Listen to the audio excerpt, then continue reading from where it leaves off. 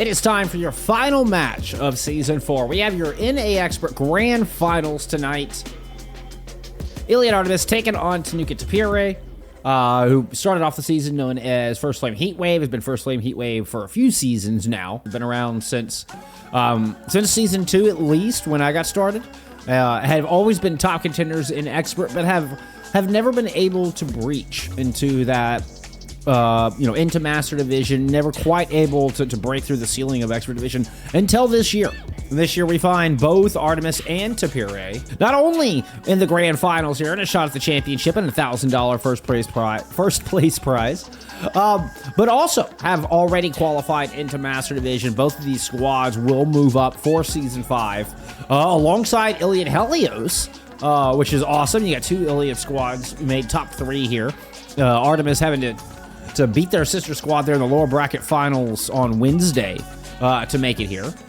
3-2ing Wizard Cats there to even get to the lower bracket final, as I was saying. So Wizard Cats will be your fourth team to round out your teams getting promoted here from Season 4, moving up into Master Division for Season 5. So huge congrats to all 4 of our squads.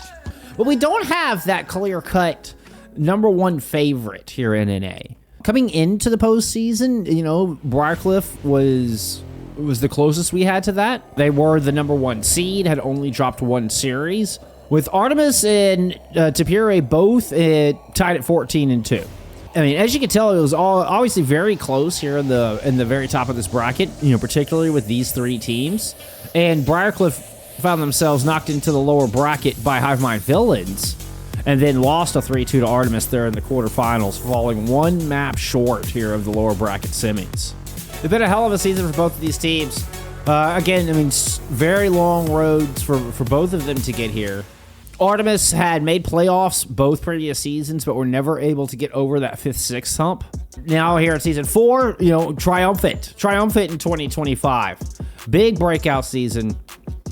These two did play each other. So they played each other twice this season, with Artemis winning one and Tapire winning the other. Neither was a 3-0. Maps were taken from the defeated in both instances. Very similar map pool as well, right? The same 4 maps are played in both, with the addition of Saravasa kind of thrown in the middle. I heard that police have arrested the world's tongue twister champion. Yeah, I'm going to imagine he'll be getting a very tough sentence. All right, there you go, Monkey Happy. That one's for you. A championship dad joke here for a championship match. I couldn't even begin to predict this one. This one just feels so close. This feels way too close to call. We are going to get Samoa. So just like the 2 previous matchups between these 2 squads, we are going to get Samoa.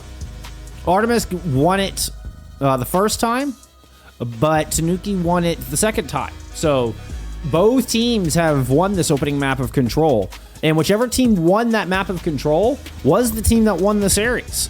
So, just a little foreshadowing, All right, let's go check in. Let's see if we've got a ban yet here for map 1. It's Ramatra banned out from Artemis. It may come down to who's better in the Ramatra mirror. But, you know what? We're not going to see it first map. We're going to get a little bit of variety here on the first map. No map advantage. No map advantage in Season 5. Season 4. They changed that this year. That is a thing of the past. I double-checked on this. All right, we're getting ready. We're getting set up here for your NA Expert Grand Finals.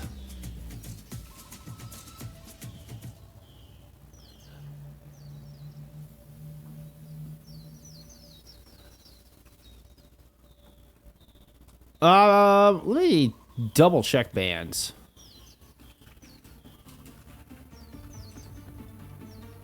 Because I kind of swore Artemis got first ban. But honestly, from my understanding, it doesn't make sense for them to ban out their Ramatra here.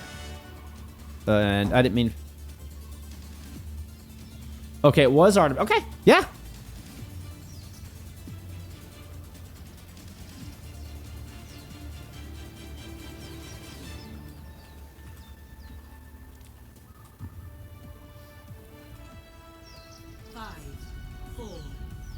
Genji ban here from Tapire. Let me get that fixed for you as our teams roll out. We're going to get the hazard coming in from Artemis. So hence the Rumatra Band. I mean, it does seem to be the other strong suit there from Maverick. Ooh, okay. Never mind. Goes off the hazard into a diva. I was talking and putting in that other band. Come back in, and it is in fact not a hazard.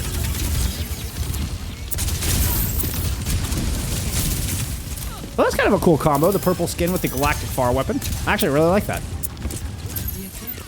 We get the donkey horse in, the battle cattle, the Orisa from Dimitri. Rocking the mythic skin. Unfortunately, had to get back up, get topped up. This left the point wide open for an easy first cap there for Artemis. Maverick was hunting down something there on the left-hand side. Didn't quite see. It may have been Marduk's. Marduk's, excuse me, Virtual, I think is who it was.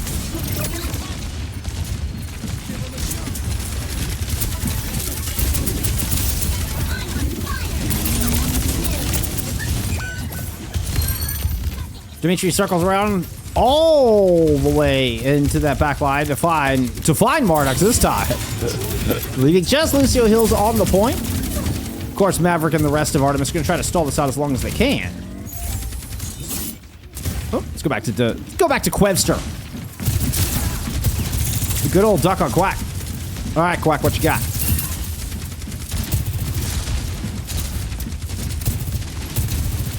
You have a Kitsune Rush coming to back up Quack and the rest of Artemis here directly. Marduk's going to leap over the wall and immediately just toss it right into the front line.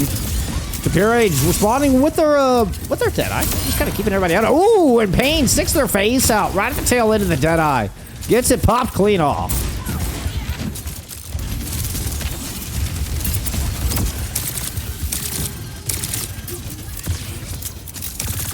With that, Tapire able to hold on to the point with just the Deadeye.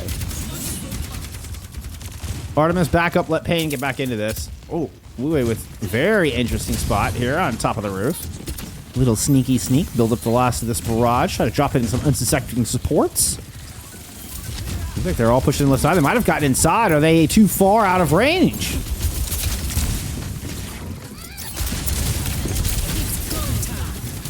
Whoop! Dorado was able to get out of there in the nick of time. Pain doesn't land the poles, but does get the final kill on the Blamaphy.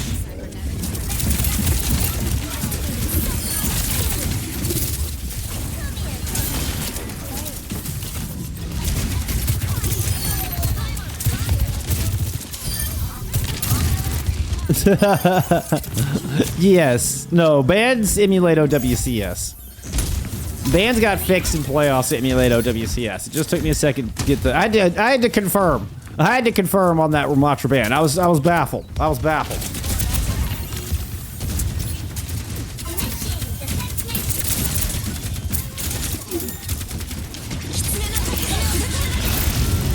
Please don't kill me IRL or anything virtual. Sound barrier out here from Tapire as they head up to the high ground, drop in the barrage with the Terror Surge for a nice, mean combo. Completely cleaning off the Fox Laden Rush there from Marduk's.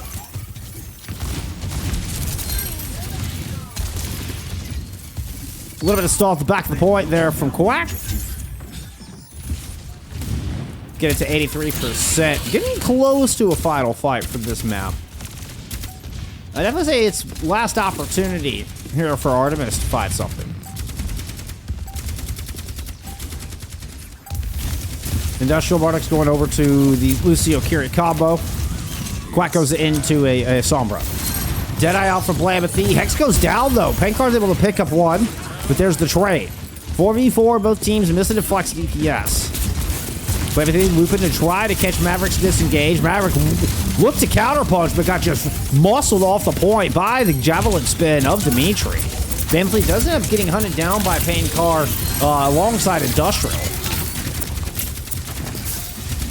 A lot of small, squishy targets scurrying around this point. Difficult to lock down. Tried to turn the corner to get Hex, but a good energy javelin from Dimitri's able to protect their support. Pankard eventually able to find Karama out of the air. A little hunt down onto Quack. Quack running for dear life. 99.99 on the board here as both teams are trying to hunt down these final few kills, see if they can tilt what has been a back and forth last engagement. Neither team with ultimates yet, but we're starting to get them coming online. The orbital being one, immediately thrown in. Never kind of forced off. Marduk's trying to survive to get the continued rush out. Cannot. Virtual will pick up the kill inside of that orbital ray. With Blamity swap to the Tracer, we're coming back to the point. There's the flip. Barrage here to hold on to it. Oh, Industrial doesn't even get the touch. Score 0-1.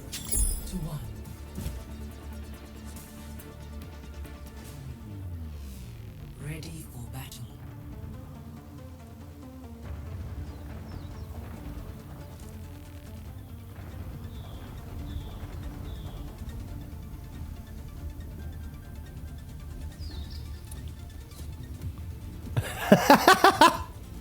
Was there an AJ in there? I missed it. 5, 4, 3, 2, 1. Round 2. Capture the objective.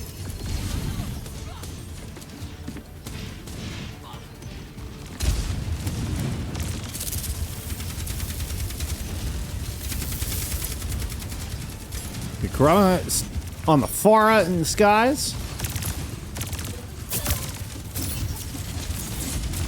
Lucio Curie Diva here with the Soj Tracer. Oh, where's where we playing at? Very interesting look with the Brig Juno with the cast Pharah.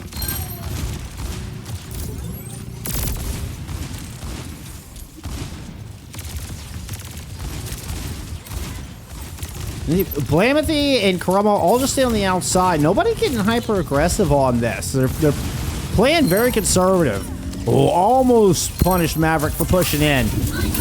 Got Maverick down to 1 health, but alas, Maverick does come up with that pick. Now it has been traded and things are getting a bit messy. Maverick finds a kill onto Hex here as the reinforcements dwindle for both sides. I think Kurama's the last one left. Oh no, you just let Dimitri down low. Able to pick up a kill. Let's go to the Dimitri pop. Uh-oh, Dimitri's in trouble. The cavalry showed up to try to save them, but alas, the horse ends up at the glue factory.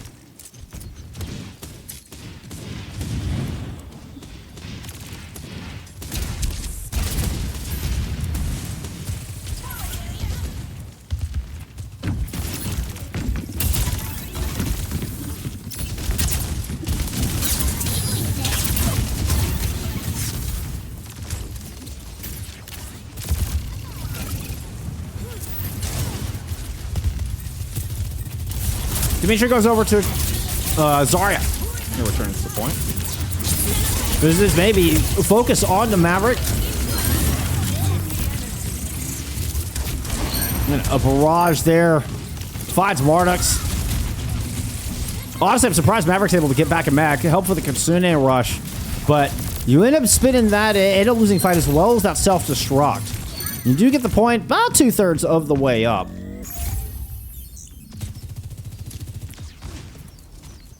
I don't know, it seemed like a real messy fight.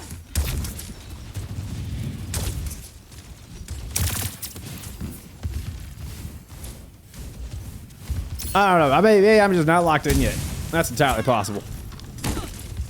Payne's gonna swap over to an Echo here to try to counter Kurama in the skies. Hex popping the rally. Very aggressive push. Now we're going to go ahead and throw Virtual's orbital ray in on the top of it. Sound barrier used is just like a disengaged sound barrier from Industrial. Does get everybody out alive. So, I mean, at least there's that. You can return with Quebster's overclocker. I mean, double support ults out from Tapire. They're not able to get any kills with them, so.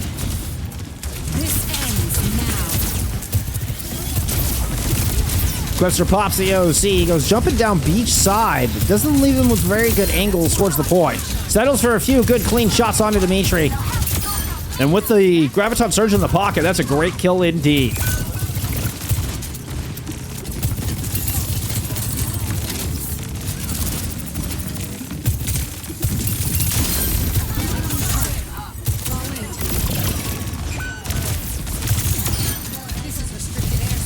Tucker's going to come up with 2 more here on the back half of the fight.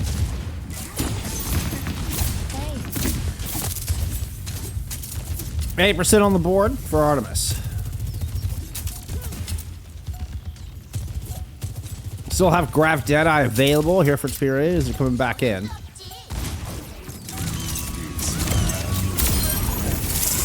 And the big 4K from Duck. Apparently, you angered Blamothy. Little speedy Deadeye and a great opener to flip this point at 99%. Dimitri's still holding the Graviton Surge here with this next fight. We'll have close to a sound barrier. I think Artemis have a little bit of time. See if Industrial can build this sound barrier up in time. Or how aggressive Dimitri and Artemis want to get. We saw him get very aggressive previously. It's going to be the Katsuna rush in. The Grav trying to block it, but the focusing beam's good. Still over the top comes Kurama with a 4K on the barrage. 4.5 if you include the Pilot Diva.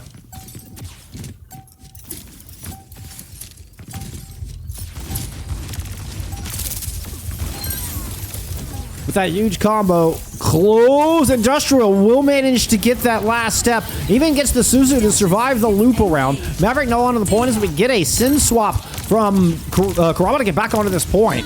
Payne has already found Blamothy with the duplicate here from the Echo, or onto the Echo. Ooh. Try to get some extra sustain, but both support ults are now back into this battle. Huge advantage for Tapire on this point. When they're going to leverage into a kill on the Mardux. Volley of sticky lands through the defense matrix, and Payne will still end up going down. And the swarm of Tapire hunting for any remaining targets on this point. There's 2 or 3 left, but Maverick's now out of mech. It's up to Quack to try to keep the yellow bar going, and is it too tall an ask?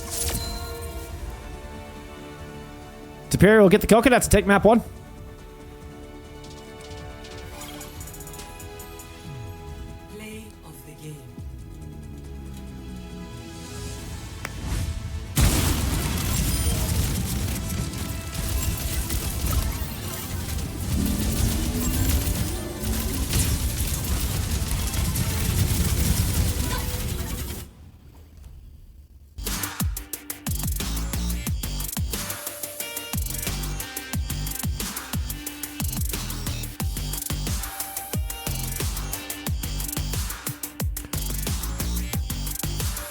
As we talked about, both the other matchups, whichever team chose, or whichever team won control, rather, ended up winning the whole series. So Tapire with that early 1-0, we're going to get an Eichenwalde pick. This is a map that was not played previously. At all.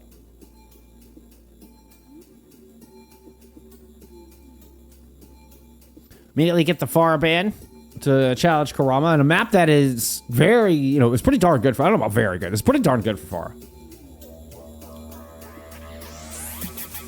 So that syncs up, that works. With that said, let's go take a look at some stats there from map 1.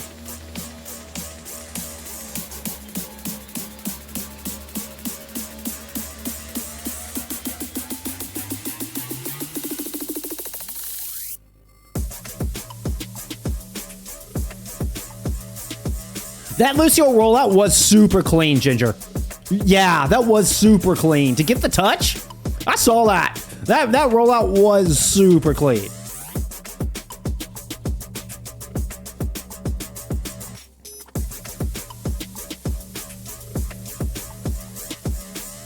Even gets the Suzu there in the middle to survive and loop around.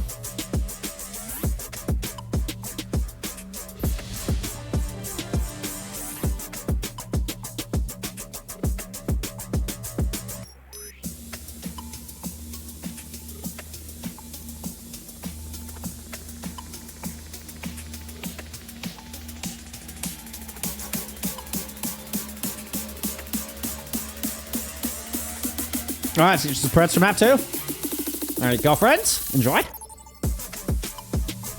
What stands out from stats as we get loaded into Eichenwalde here? I didn't even have a chance to really look, bouncing around here, getting all my I's dotted and T's crossed. Most elims goes to Dimitri, 21 and 5. Most damage actually goes to Kurama there in the Farah for a lot of that. Just shy of 12K.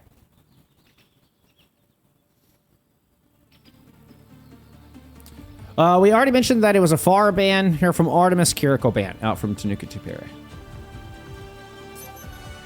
Ready for battle. Let's get into map 2. We're in uncharted territory, friends.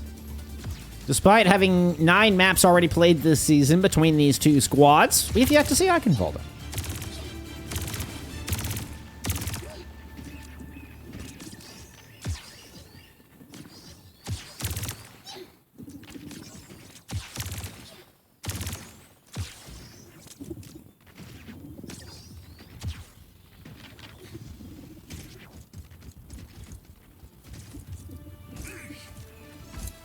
Big missiles versus Brick Juno. The heavy rockets versus Brick Juno is probably good. Destroys a Brick Shield.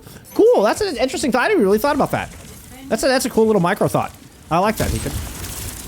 I've never really considered that. But you're 100% right. Those big rockets, yeah, they would destroy a brick. Yeah.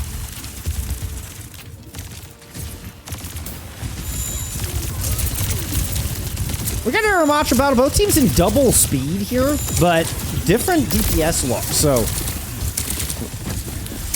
we're going to get Cass with the Genji, and then Sojourn with Tracer. Cass and Genji, a lot of power there, particularly in the Dragon Blade. Even the Deadeye these days tends to find opening picks more often than not. I will say, it seems like they require a little bit more upkeep. They require a little bit more resources. Blamethy has already had a great start here. A couple of early picks has ushered Tapire into a one and done on Eichenwalde. But back into talking a little theory crafting on these compositions, I feel like the Sojourn and the Tracer are far more self-sustainable. And a little bit more versatile. But Cass and Genji are good at what they're good at. Speaking of, I'm going to Kurama into the castle. One of the things Genji's good. That was cool. It's challenging high ground. Pressing in on Duck, gets the combo. Take the Soja out of the fight. Good peel there from Hex. Comes in and gets the boop. Allows a little bit of space there for Kurama to survive. Now here comes the aggression from inside as all of Tapire converge on the back of the bridge to pick up Maverick on the retreat. Cut off the escape. Looking to seal these doors. So far, so good here on Eichenwalde. It has been Tapire non-stop. Abdul Rahman, thank you for the follow. I appreciate you. Oh my God, FACEIT. Yeah, you came to the right place. You came to the right place. There's a lot of FACEIT on this channel. Industrial with a good boop cleans off the tower, but meanwhile, the bridge is under firm control of Tapire. It's a 4v5 on this point. Kurama was back down low, is jumping up, put some pressure in from up above. Here comes the engage as Marduk returns to the fight. So Deadeye to Blamethy fighting Industrial 92 to beat. And once again, we're seeing those Deadeyes come up with opening picks. Where I think it was kind of a joke for a long time of just being a zoning ultimate.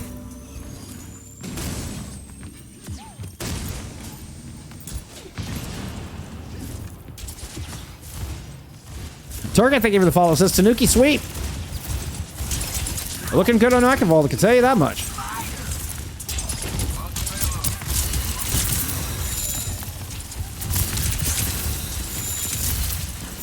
All 5 ultimates available to roll here, including double support ult, and it's going to be the orbital to kick things off around the corner.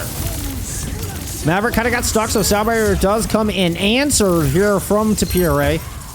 Kurama's able to pick up 2 before Payne's able to trade it out. 4v3 with Maverick once again stuck in the opposite corner. This time, there's no sound barrier to bail out the tank. Dimitri pushes forward. Tapire continued to clean up on Eichenwalde. Have won every single team fight thus far, but now an orbital ray in his ultimates are starting to enter the battlefield here from Artemis. And Quack swap it over to the Cass. Comes out to find early picks, followed up by Pain Car. We will get a hold here. It's not going to be a 5-minute time bank for Tapire. Yeah, taking one for the team. Taking one for the team. I appreciate it. Let, thank you for being here.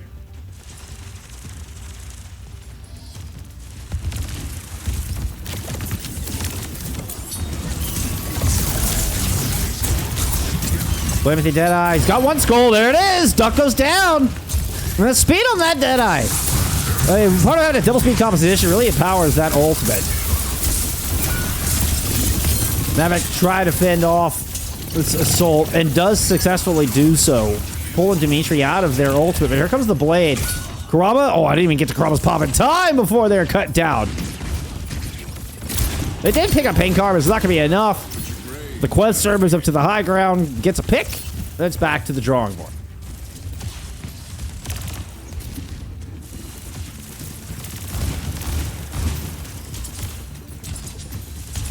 Hey, you know, yeah, subbing is an easy way to avoid acts.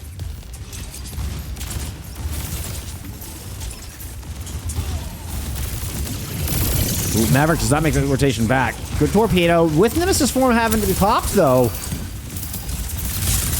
Now fall back to the corner. Maverick out of cooldowns. Do we have anything to come in with? Quaxer's going to cover it from around the long sight line with that Deadeye. Had kind of left Dimitri out alone for a moment while the rest of the team had to take cover. And they're not quite able to recover from all of the damage that Dimitri took in that time. Maverick gets 4.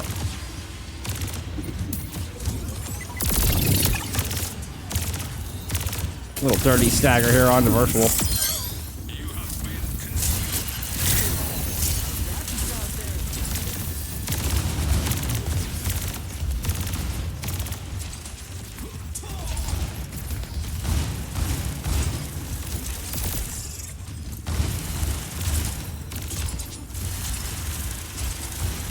Double support ult available for Tapire coming into this next fight. I think they would like to be able to push Artemis back to that second corner, as they've done twice already. They're trying to do it. Maverick loves holding on that opposite side, though. Orbital thrown in. Sound barrier now tossed in from Industrial as well.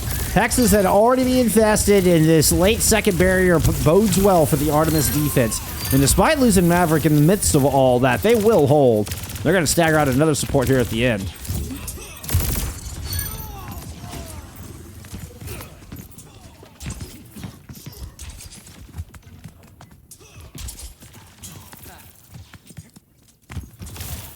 So we're coming back up on annihilations for both sides. The DPS ult advantage for the attacking Tapire is what's really drawing my eye. Most notably this Blizzard.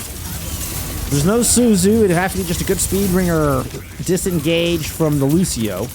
Which, right now, all of that speed's been used just to get away from the Deadeye. This Blizzard could be nasty. Goes in onto the back line. Duck is able to get the shot off before getting frozen, but it is going to be all for naught. Tapire brought their Kevlar vests here on this final push, and they will get the cap with 50 seconds remaining. Score 0-3. Switching sides.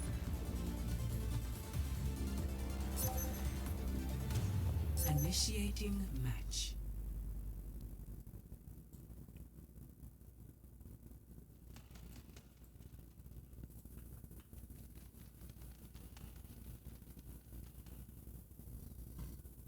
I love the sounds of the bats flying through the castle. It's just a cool little touch. Nice details. Devil's all in the details. Ready for battle. And the details there was a fantastic hole. So, yeah, Tapire put up such an amazing offense on point A and B. They're still able to cap, even though they got thwarted through multiple ult cycles.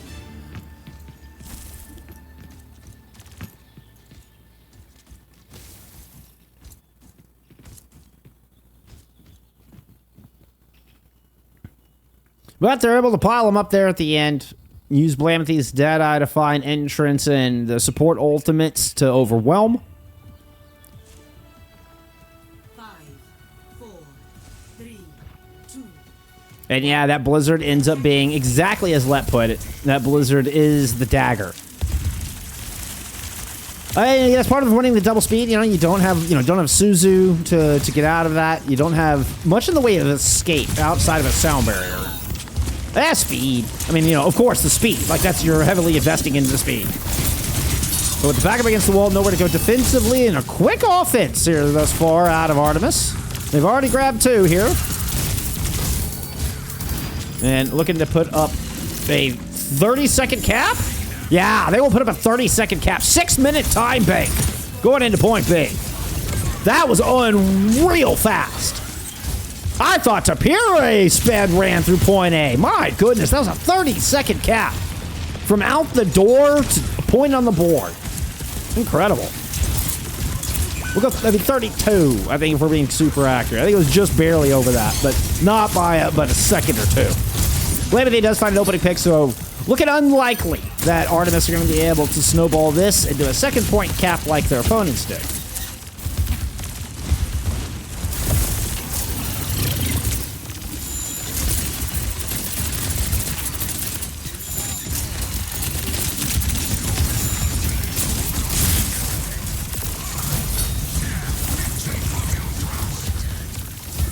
Dimitri getting aggressive, push forward on this defense.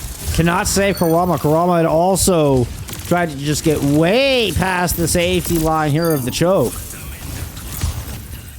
Both of which I believe just end up LOSing their heals a little too much. You know, once they round that 90-degree corner, it's difficult for a virtual to get in there in any kind of safe position. You should have more sustain there through the brawl from Artemis.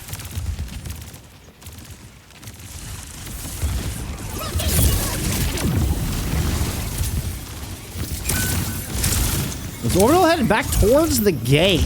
Dimitri's somewhat caught on the inside. He's going to end up popping the Annihilation for the extra 300 armor. And just using this as a disengage. Runs into Duck up on the top side, though, and Pain is there as well. Now the defense is left trying to figure out what to do without a tank. So Kurama just goes dashing onto the points. Like, let's get aggressive. Try to trade it out. Virtual low. Pain. Oh, yeah. That's nothing but pain there for Virtual.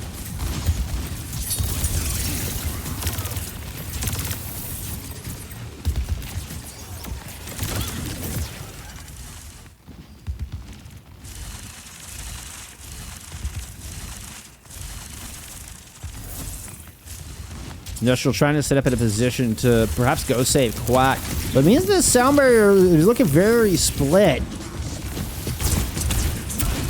think you ideally want to wait for the team to regroup before you pull the trigger on that. But Mardix is going to go down. Virtual throw it in the orbital back on the bridge. As Tapire loop around to catch up with the cart. But the blade from Pain has equalized. The Deadeye is going to find Virtual as well.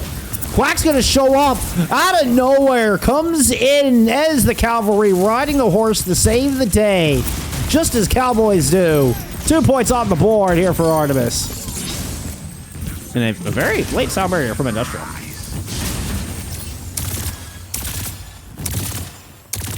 This could have been looking really dangerous for Tapire, but with that sound barrier thrown in, it's going to take at least 1 eco push for Artemis to kind of get back this economy. One of those ultimates is going to come out immediately. Industrial gets the brunt of that tectonic shock. And that's the only one needed to hold here.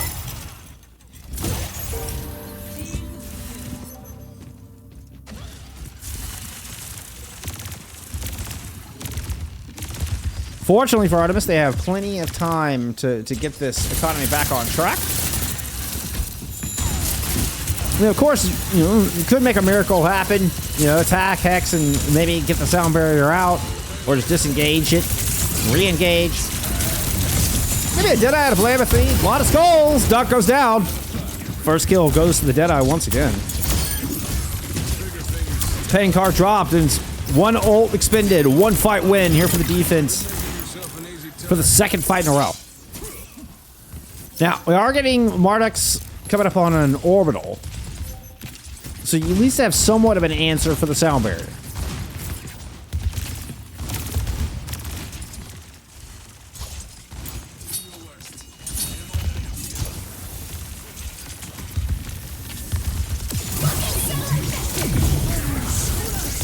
Both of those support ults are going to come out as soon as Artemis hits the front door.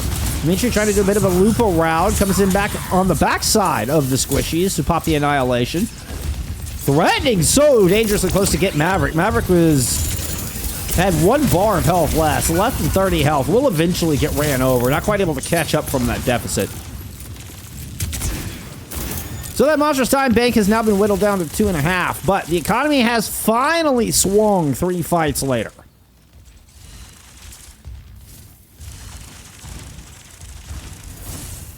Now you've got Beat Blade combo to push in with. I think if you're Artemis, ideally you would like to save a couple ults for the final push. It's going to take 2 fights to get this card in. That sounded like a mean flashbang on the front line. You don't say that very often, but that one just kind of had that kind of sound to it. Beat Blade combo is going to work out beautifully. His paid card is going to find 1. Duck coming up for 2 in this fight. And indeed, it is just those 2 ultimates thrown in. Just how Artemis drew it up. They're able to hold on to this Deadeye and this Annihilation to try to secure this final engagement.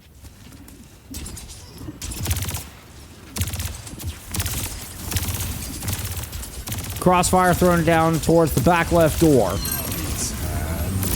Kurama's able to make it out, and then Blamity is going to pull the trigger on the Deadeye first. Looking to keep Maverick at bait. Notch into the corner. Oh, nope, it was just a bait. It was just a bait. Maverick bit it. Hook, line, and sinker. Firecarter, thank you for the follow.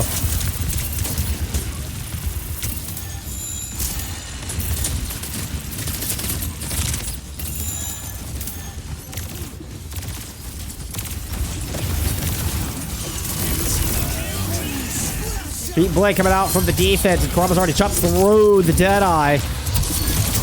There's a Noon Jax, a Dead Jax. Dead cast, that's for sure.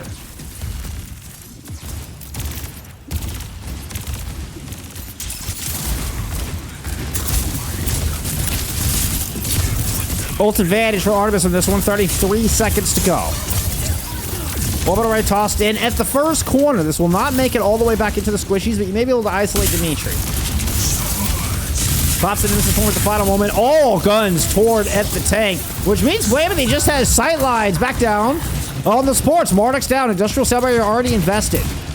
Dimitri is eventually finished off. Oh, beautiful shooting out of Blamity. Picks a perfect, another good headshot. Blamity trying to hold this here. Tapire up on a 2-0 lead with the Deadeye. That could just do it. We do have the yellow bar going. Industrial as well as Pain are able to make it back onto this point. Square bread, slice through 1. Has got Blamity close, but can't quite make the toast. Eventually we'll find Hex before going down. The Bastion return here in OT to try to hold the line. Maverick will pummel through it. We're going to get some extra innings.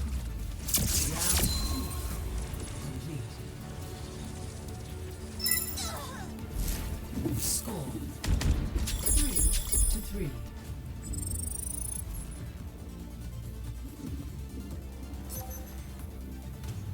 Initiating match.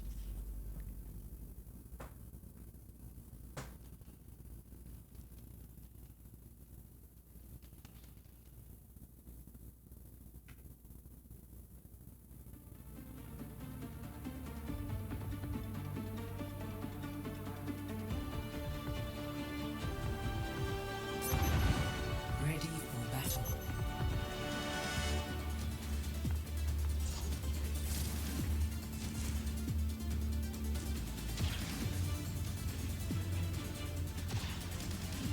I still have much to learn.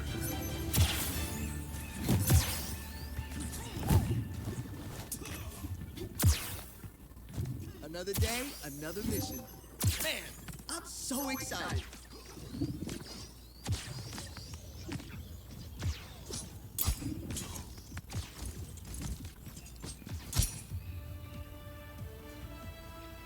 Five, 4, 3, 2, 1. Attackers incoming. Defend objective A.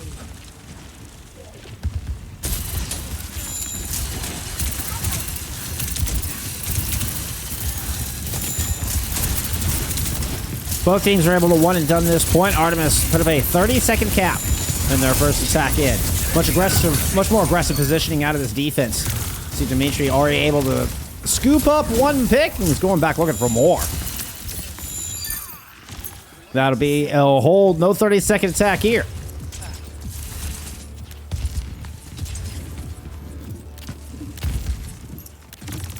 That's bad. It says I get so many points if Artemis win this.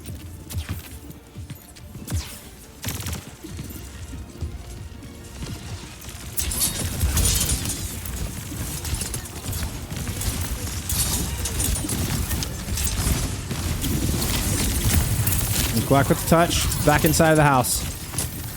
Pain holding on the front line here with the tank. Nice converge on the Kurma. Blue Way is down. That's a lot of low health bars to deflect the dash through. Pain Car's going to pick up a couple more.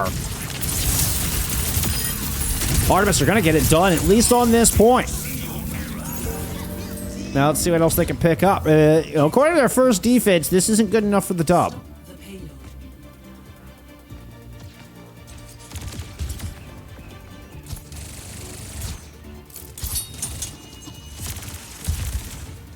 Coming to the high ground. Duck going after him. Dangerous positioning here. Everybody's off the cart. You can see the rundown from Dimitri.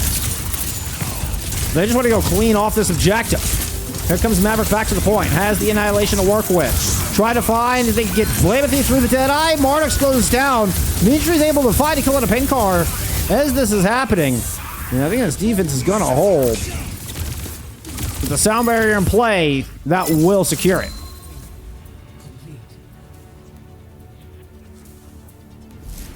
Score 4-3. Switching sides.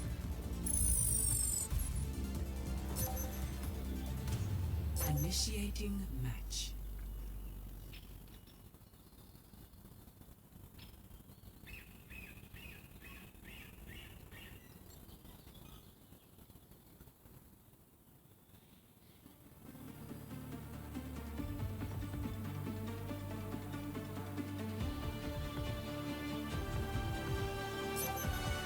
Ready for battle.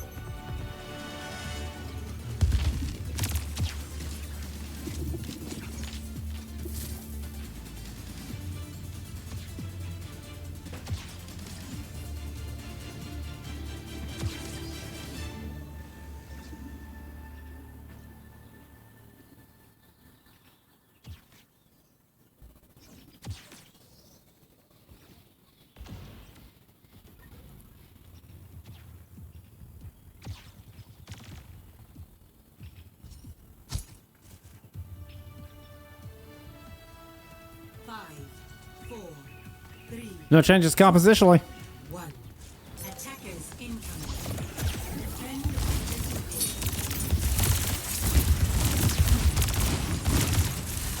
objective Here, for Blamity hitting the drop, that's okay. We can work with that. We can work with that. How about some Blamity pop for you? Back in on the cast with the showdown the OK Corral. Webster on the other side. Aggressive push from the defense. Look to kind of control house. So we get the clockwise rotation here from Tapire. Kerber's still holding on that other side and ends up a little isolated. Dimitri's able to pick up one. Almost got booped down into the trees. 4v4 on this point. Offense with the better spawn. Defense, we get supports kind of turtling up inside the mini. There comes Quack back into this fight. Returns on a Tracer.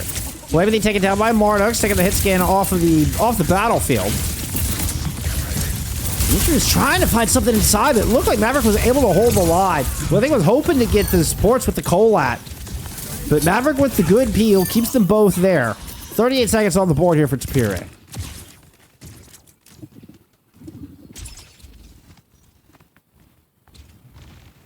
seconds remaining. Ah.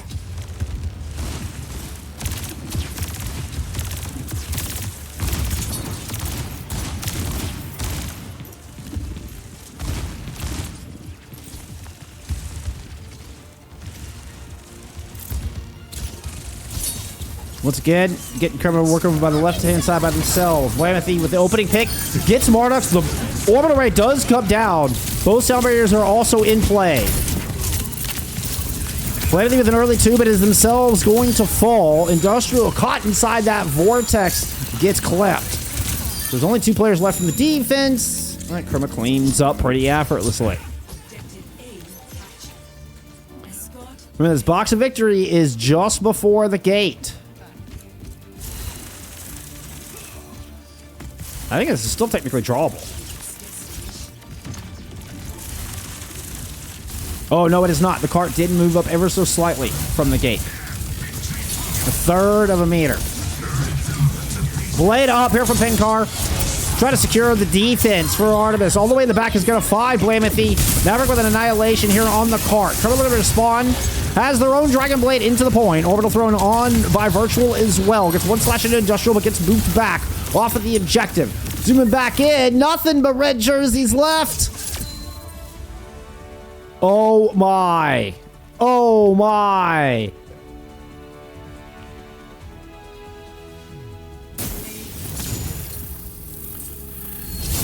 I mean, Tapire were winning the fight, but, you know, with Maverick still there, yeah, I hate to see it end like that, but a beautiful boop. Beautiful boop. Out of Hex.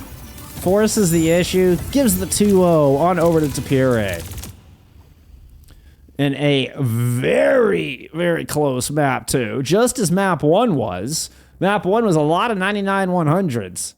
This one goes down to absolute last final fight, despite both teams putting up spectacular times on their offense.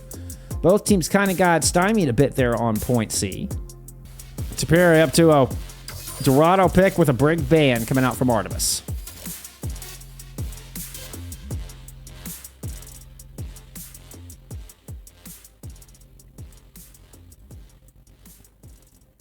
Let's take a look at some stats from map 2.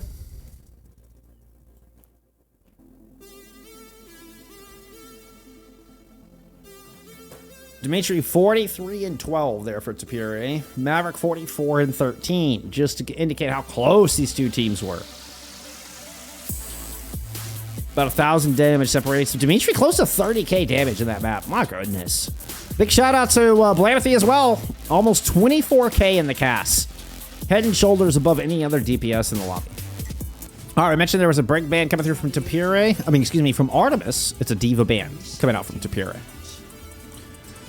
We have seen Dorado once between these two teams. It was a 2-1 for Tapire in that matchup. That was during those upper bracket semifinals.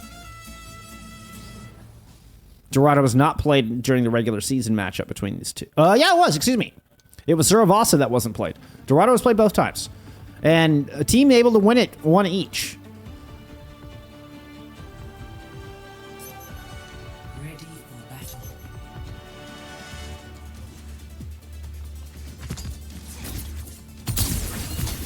All right, let's get y'all plugged into Dorado. I'll get that third band. I hadn't gotten the Diva band in yet.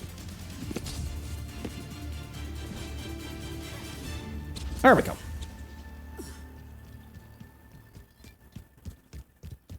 Nicoletta Marie, thank you for the follow. I appreciate that. Pretty name. Cool name. Says go Tapire. So far, they're looking fantastic. 2-0 in this first of 4 series. 4, 3, 2, 1. Attackers incoming.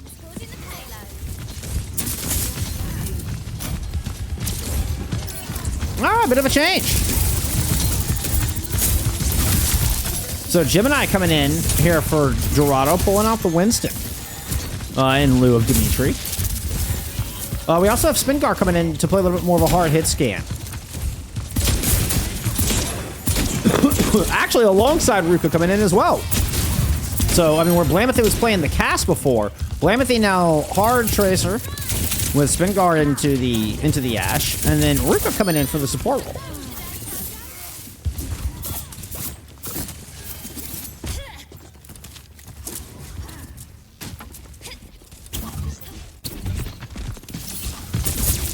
I've always been kind of curious on this.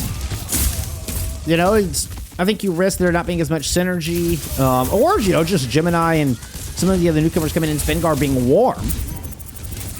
So far, they are rolling through point A, though, so maybe those concerns are, you know, being put to rest here right before our very eyes.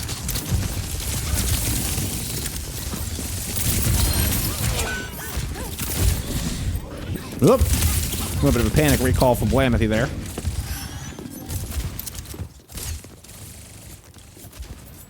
Card has been stalled. Duck going into an Ashe as well. Oh, good shot from Ruka. Random screenshot to lock in. Command screenshot. Consider about throwing over the point from this defense. Nanobo's invested on the Gemini. He's trying to hunt down these supports back in the corner of the alley. Gave up on that, realizing the sustain was just going to be too great. So Industrial goes off and finds Virtual. Drops the sound barrier into the mix, and this defense is looking good. Bob, as well as Consuming Rush, thrown into this 4v5, excuse me. And Spingar is going to convert this. Despite being down a player, the late Consuming Rush Bob combo works wonders. And Tapire will get a cap. That takes two. Someone call?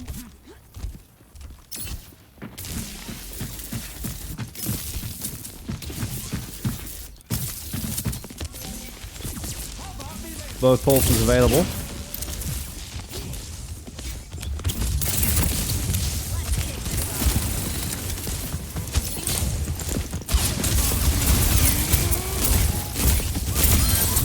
The follow down on the Spingar after the knockdown from the violent late. Maverick looks to be content. Gargates can go back up.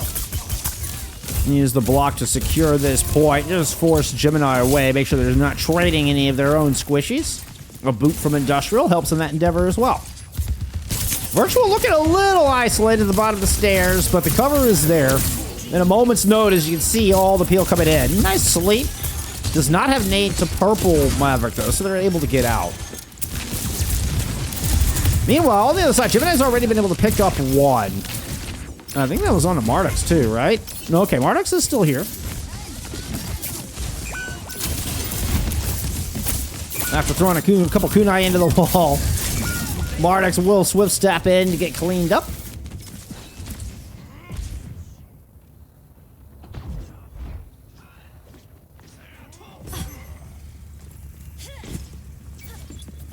G2TB legacy grows.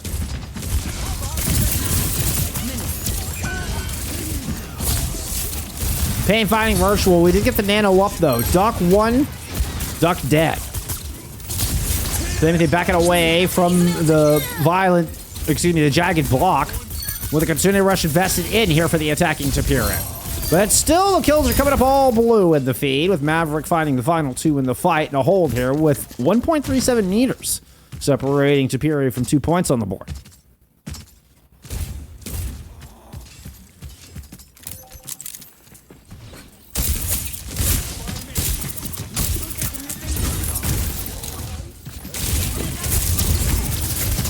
Gemini did not pull the Primal Rage in that previous fight. Saves it for this one. Looking for a loop around and the kill. Nice shot from Spingar. Great call out of the entirety of Tapire. Rotate to take this second high ground. Consuming Rush thrown onto the point from this defense, but Blamothy has moved up and secured the opposite side. Now the two supports from this defense finding themselves looking pretty vulnerable with Maverick purple. Oh, the sound barrier's late. The sound barrier is too late to save Maverick.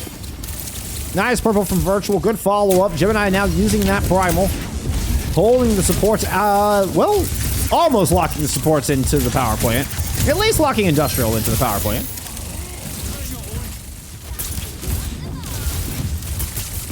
Maverick late to get the block up. Takes the full brunt of the 350 damage from that pulse bomb. Second point on the board.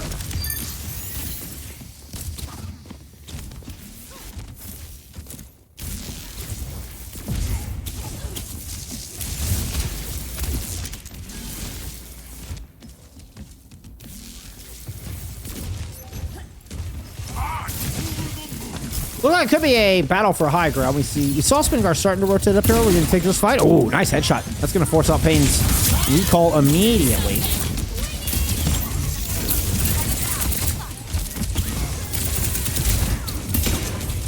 Baba got invested at some point. May have been blocked by the jagged wall.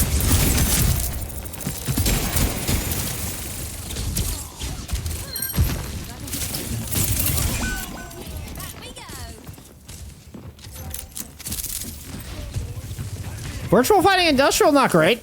Not great for this defense.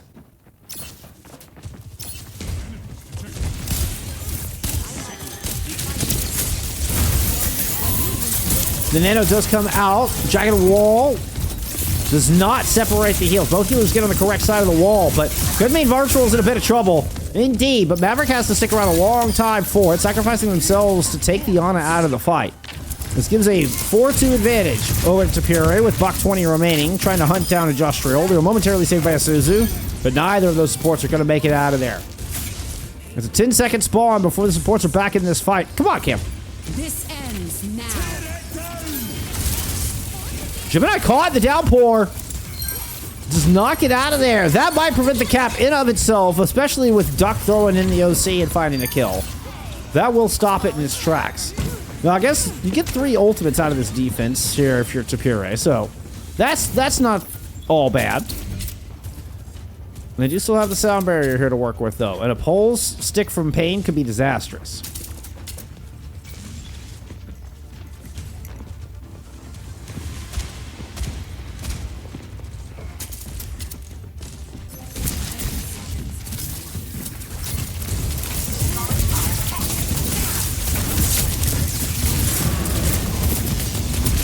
Catching Industrial with the Primal Rage. Industrial holding this beat.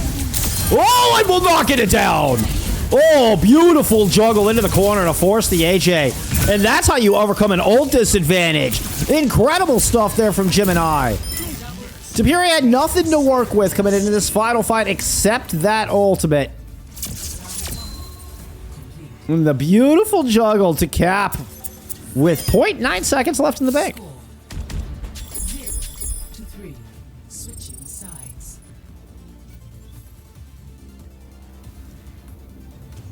Initiating match.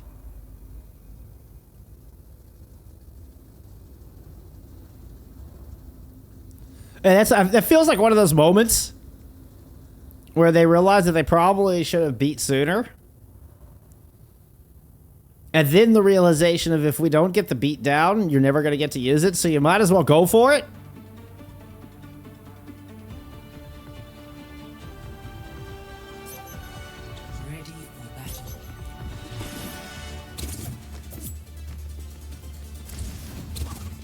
But that's you had to get that sound barrier down after the very first hit. I think Industrial hit the ground once the Primal started, once the juggle was in play.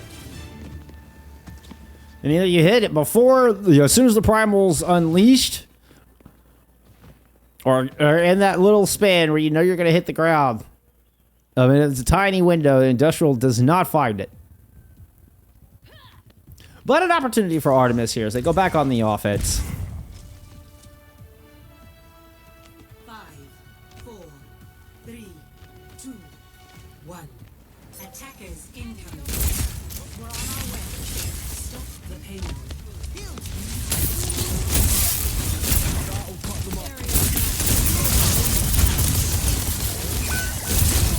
Fortunately for Gemini, that jagged wall didn't land. I think Maverick was aiming for the corner of the red roof to try to block the jump down.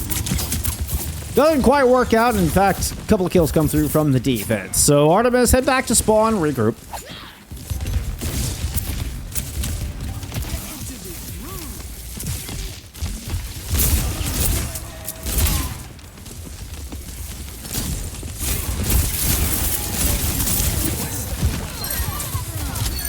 Big purple at the top, but Duck is still able to find a couple kills through it.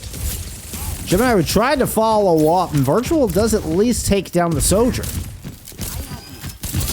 So a lot of damage missing from this next ingress coming through from Tapire. The purple gets cleansed by Mardux. Another attack from Maverick. They trade onto the Ana in the back line. Maverick will get back into this fight far quicker than the Ana will, but the defense is stabilizing. Still anybody's game here. Oh, if Duck had gotten a kill out of Gemini, that would have heavily tilted the scales to favor Artemis. But alas, they do not, and it does not.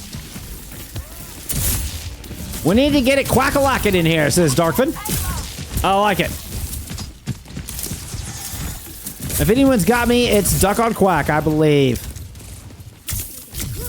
Well, the Quester is about halfway to this first OC. Died a little early in that previous fight, a little earlier than I think they would have liked.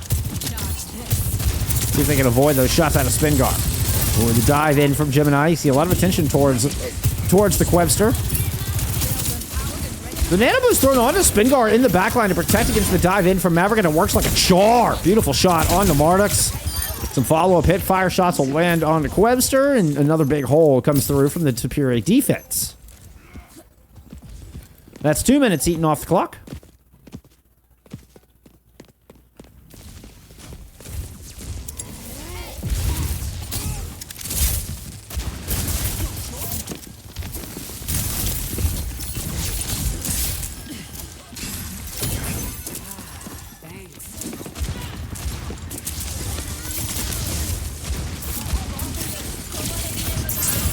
Double supportals to throw over this point. Maverick sleeping in the Suzu was used to help save Industrial. Everybody's back on their feet, though. Swift step in, interrupted by a bomb temporarily. Mardux does get popped, but not before getting the Kitsune rush into the fight. Here comes the return Kitsune out of Ruka, but Maverick is able to chase them down, despite taking a lot of fire from Mr. Butler in the process.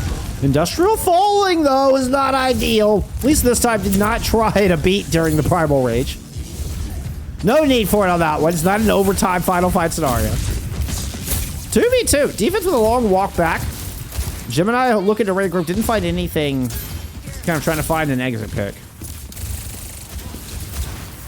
This ends now. Hey, give me some Quack Bomb. All right, Quebster with a sound barrier and an OC. Lands one good shot, looping back around, but it's up to the high ground for Spingar, where they're going to find a kill on an Industrial.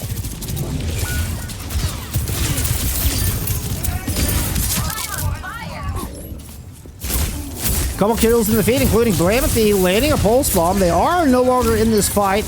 Downpour, well, only landed on to one. Here comes the return with Gemini on the wrecking ball, and you do still have Virtual here on this point.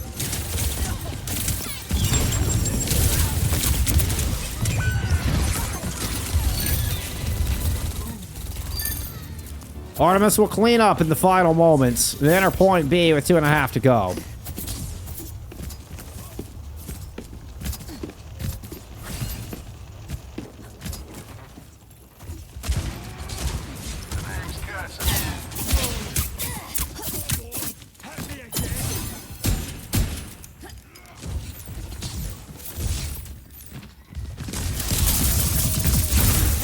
Both teams just vying for corner control at the moment. Trying to get players in position. Does look like Iliad, Tapire. We're trying to position somebody on that outside, find the off angle from coast side. You can see Industrial now keenly checking on that. A boop down on the Gemini, but they have the jump. They get back up, get topped off. But here comes Artemis. Charging forward like a Kitsune rush. Good sleep lands, but it only slows. It does not stop this Artemis attack. I do like the drop down though, so I mean, avoid a lot of the extra damage coming out from the Kitsune rush.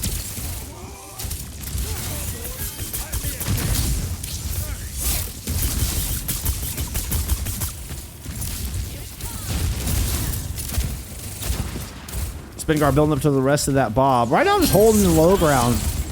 Sound barrier engaged. Maverick gets booped, bobbed, and slept. Had the sound barrier, and fortunately so. Otherwise, there's no shot you survive through all that. But Industrial gets this one down. Artemis make good on it. Leaving it in the back. It is a nano invested from Virtual with just Virtual and Ruka here. Gonna find Industrial with that. Blamothy picks up a kill. Ruka is still keeping Virtual alive. Incredible support play coming through from this backline. May not be enough. Oh, I say that. The swift step out. Gemini is back on the case. The bubble will block the downpour. The stick from Blamothy is denied by the Suzu from Mardux. I say that. Still a lot of damage coming through, and the Suzu might have been a touch late. 23 seconds to go.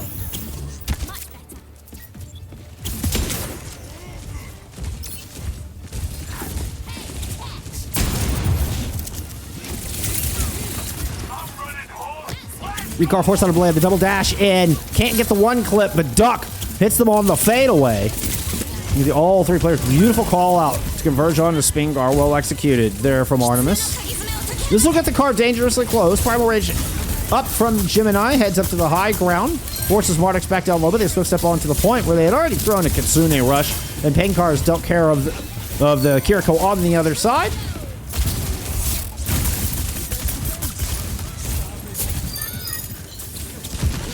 The nade does not land. And that's going to be 2 points on the board.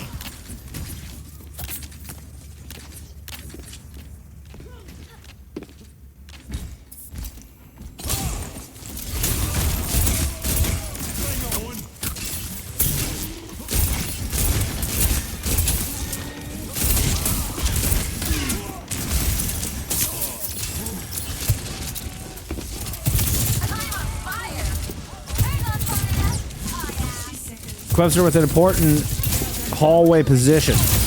Oh, nasty shot on a Blamothy. Does get traded. Gemini not able to get any heals or help due to that jagged wall. Maverick comes leaping in for the finish.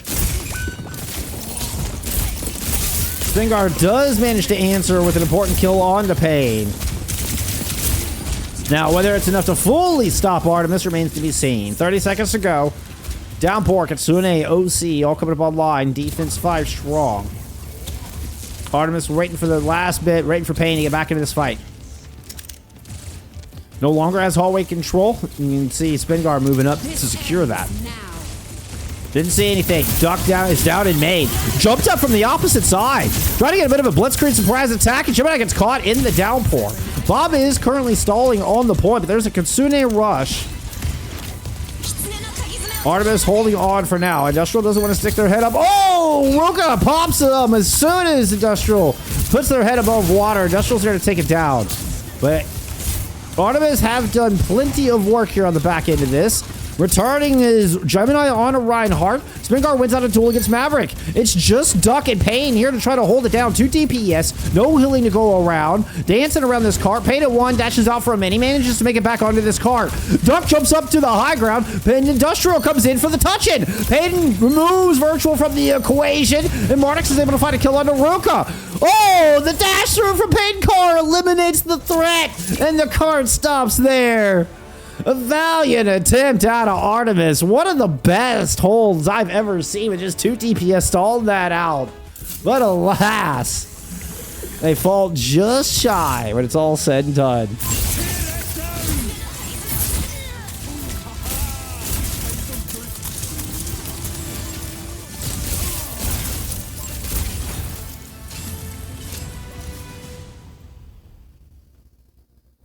What an exciting finish.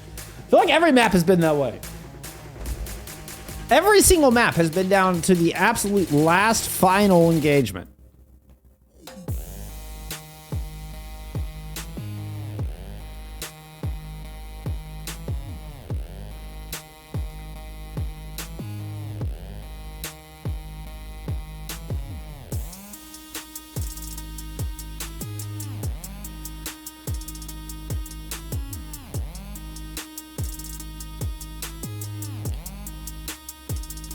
Down 0-3, requiring the super reverse sweep. Artemis have chosen Colosseo for map number 4.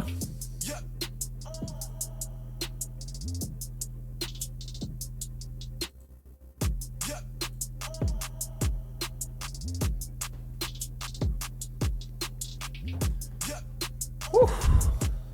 What an exciting series. My goodness. My goodness.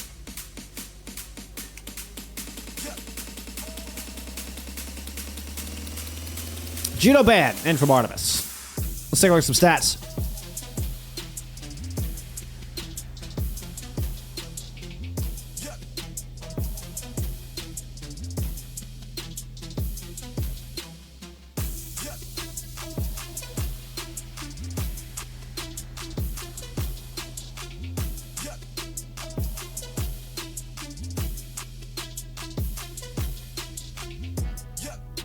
All right, get you those spreads closed out. Good map indeed.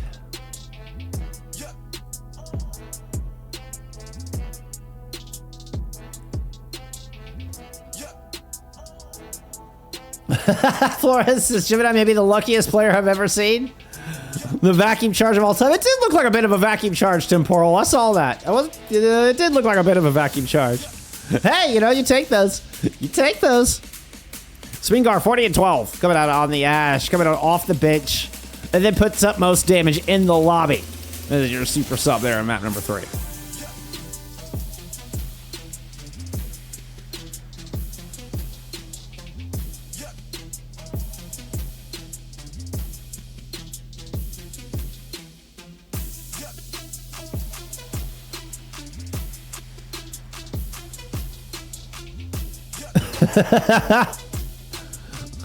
Cabe, you said you were muted, and I immediately was like, wait, me?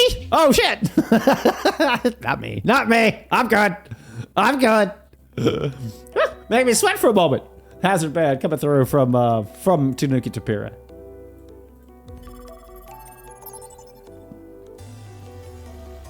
Arriving at Colosseo. Initiating match.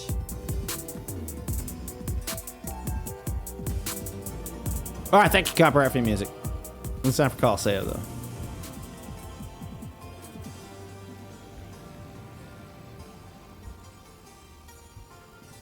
Let's get into it. Tapire on championship point for Season 4.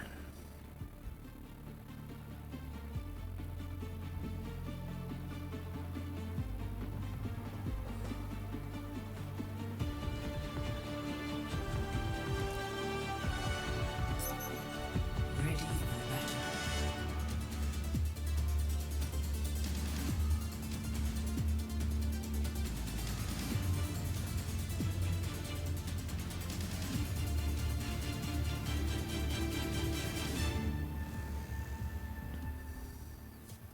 Five, four, three, two, one. Objective unlocks in 30 seconds.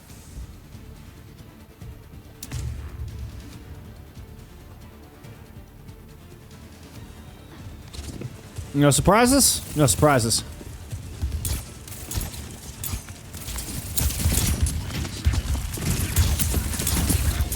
Kermit Genji versus the Pain Tracer.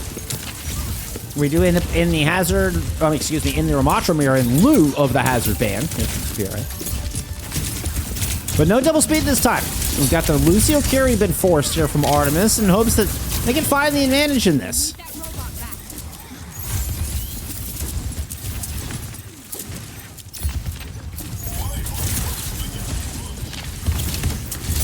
So for about 45 seconds in, no kills. Courtyard control, statue control. It's still contested, still up for debate. By the way, Spingar staying in here. We did get Virtual coming back into the lobby, but Spingar staying in. Virtual and Dimitri, for that matter, obviously. Woo!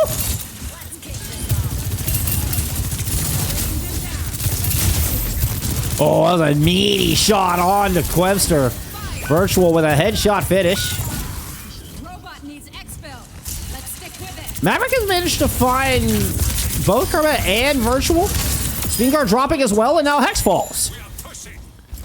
Look, Maverick refuses to lose here in this fight.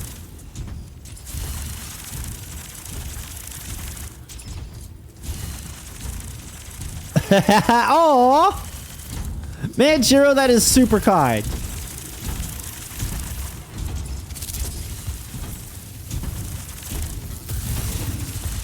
I am hungry. Pizza sounds delicious.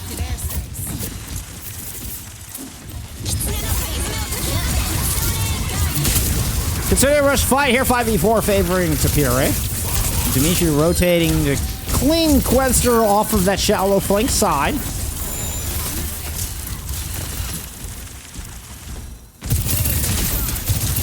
Tapire look like they should be able to hold here. They have the player advantage, but can't afford to trade out too many. Finding a kill out of Mardux does bode well into winning the overall fight, though. Maverick just does not have the sustain to stick around here. Back that camera up. How is Maverick living? Okay, there we go.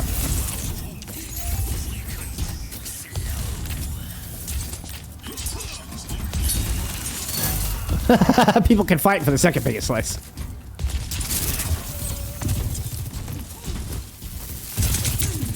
So, a team fight going either direction so far on Colosseo.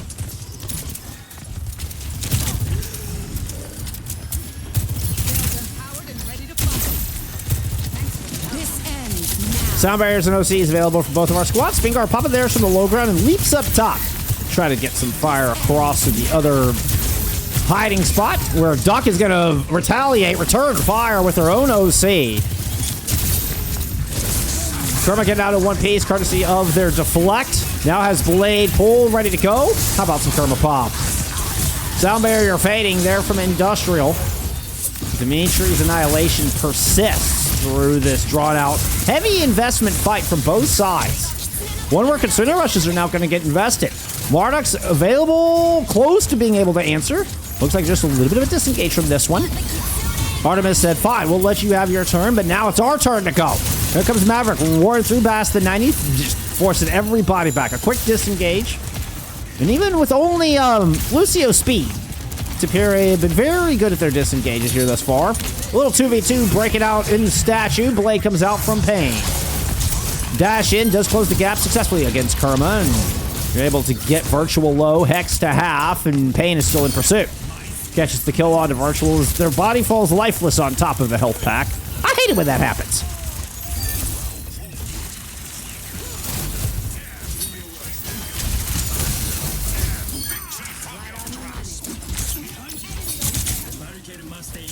Pain with a killer fight.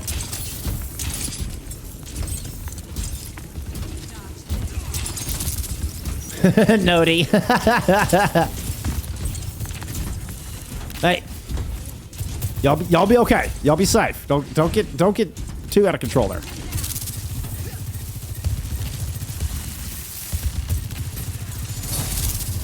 A little bit of a cubby fight. There's drop down from Artemis. They're going to have to rotate back to statue. Real quick engage. Those are looking to capitalize on Dimitri's forward positioning. Dimitri does have the Nemesis form. Doesn't even feel too threatened. Okay, now it's starting to back up. As the Nemesis form fades, good read. Does not have that cooldown for the extra damage reduction. Double sound barrier, excuse me, double support ult thrown in. Spingar trying to overcome that with an OC. Is in a 1v2. Oh, the deflect kill from Pain. Deflects the overclock shot back onto Virtual. And Pain has another spectacular fight here. This is going to be a checkpoint picked up from Artemis.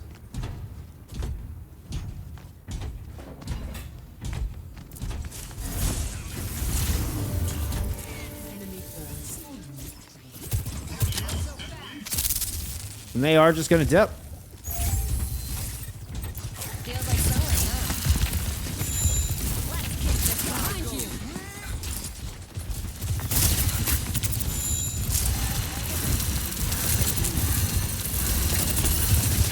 huh? Is Toro Gemini? I have a hard time keeping up with all the players without remembering multiple names of the same player. Beautiful Vortex. Feeds into a nice two-piece there out of Maverick. That looked good, didn't it? And here comes Pain Car with the finish. That was like, just a little dash of pummel. Throw in a nice heavy helping of Swift Step. Excuse me, Swift Strike.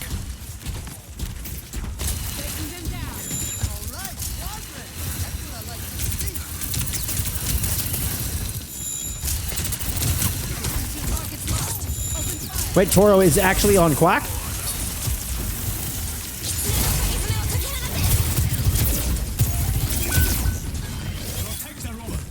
Marnix fell.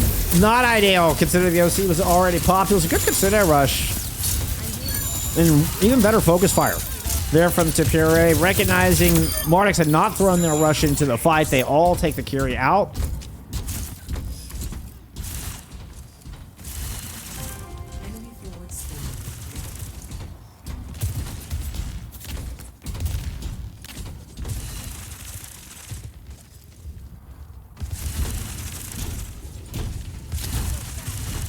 We're looking at a couple blades, we're looking at a couple annihilations, but there's that Kitsune rush still looming in the pocket of Artemis.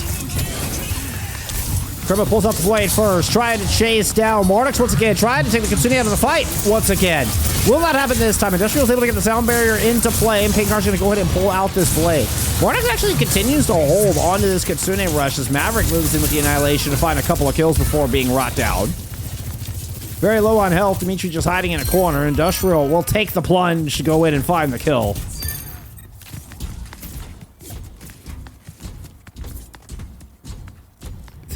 Even with overclock, it doesn't go through deflect. Yeah, not wrong.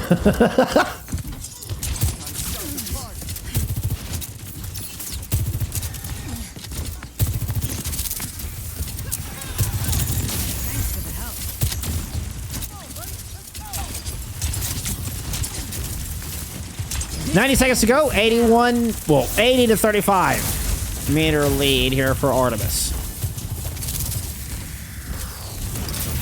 Spingar's OC. That's what I wanted to go into. But a good disengage, and here we go. Artemis' turn.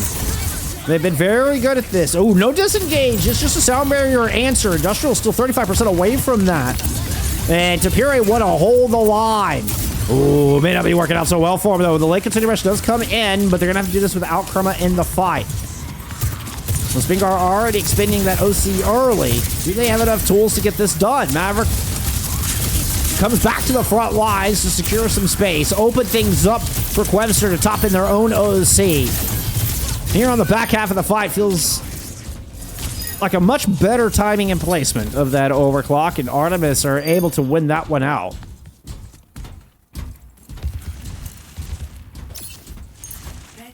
If either of these teams learn what deflect is, we might all be cooked. Hydra. Not very nice, but it's funny. I'll give you that.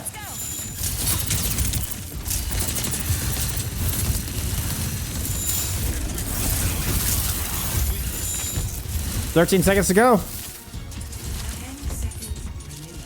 Copy rotation from Artemis. Tapire with the bot. Okay, they're going to go all the way back. They're not going to engage here. Oh, Spingar with a nasty shot. Oh, no. That was like your guaranteed fight win there for Artemis. Are they still going to try to take this 5v4? It certainly looks like it. Pankar's already picked up one. Pankar locking down the bot. Has maintained close spawns for Industrial, long enough for Industrial to get back in here. Very smart play there from Pankar. Now Industrial can return with this sound barrier. Has a low Maverick in the middle. Considering rush thrown in from Arctic. Maverick goes down. Sound barrier not invested yet. Industrial eventually going to throw that one in. We're going to get the blade on top. Dashing in to find Spingar. Will not secure a kill on a virtual. Misses that one entirely. 2 slashes into X. Prelude the death. The finisher from Quack. Kitsune rush in. Kurma's back and Dimitri's got a kill. This map is not done. A couple of punches will finish off Industrial. This cart continues to press forward. Dimitri finds a kill onto Quenster. Here comes Maverick continuing to try to clean off this cart. See if they can find a kill on Dimitri. They will pick up that kill. Blade from Kurma. Trying to fit off against the Annihilation. The last player standing from the defense of Artemis. Backing away, arms up sheepishly. Throws up a shield. The dash through from Kurma with 30 some odd health. Gets topped up. Both players kind of retreat. Once again, we're going to get a fight. Well, ooh, this might take 2 fights, actually. I was going to say this going down to final fight. This might take 2 fights. No checkpoint yet here from Tapire. Depends on how clean this fight goes. Sound barrier lands from Hex, but only hits onto 3. Dimitri returns onto the Wrecking Ball. In the Junbin Honeycomb. Trying to harness the power of the Crazy Raccoon Champions, and it is working out here. Tapire with a clean fight win. It seemed like desperate moves. I mean, even with a Wrecking Ball coming back, not ideal into the Ramatra fight. But Dimitri is making it work. And it will, in fact, take a second fight to get this done. But one more fight win, and Tapire will claim the championship. Nobody has ultimates to speak of just yet, but a couple coming online soon here for Artemis. Slam in from Dimitri. Dimitri's able to roll out. Did not see the adaptive shielding pop just yet. Cart is close, being held by Pankar at the moment. You got Industrial on this objective as well. Here comes Maverick back around. Duck's gonna pop the OC. Not finding any targets with the overclock. The Kevster is booped away. Now under pressure from both the Lucio and the Genji. Kurma's gonna find that kill. Consider rush on this point here from Artemis. Slam in. Sound barrier lands from Industrial. And Maverick will get the kill on the Hex. Mine's on the point, but quickly dealt with a shield. Payne's going to pick up one. Dimitri low on health, finally taken down by the Annihilation. And Artemis hang on through a very close call here on Colosseo.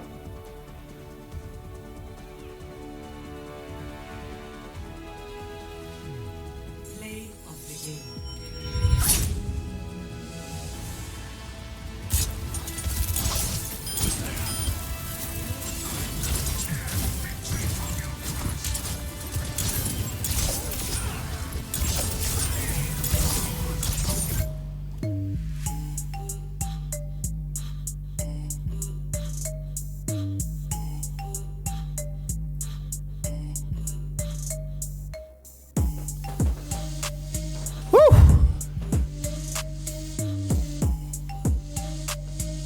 Okay, so into map 5. Now Tapire will get map picks throughout the rest of the series. They can choose any map that has not been played yet here on map 5. So it kind of resets the map pool. But you can't repeat maps. So, Lijiang Tower the pick. And we're going to get a side swap for the first time today.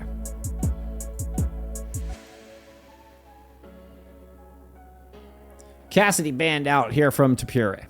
Let's look at some stats for map 4. Woo. I'm just going to let you all enjoy some stats. I didn't catch my breath after that one. My goodness. Wow.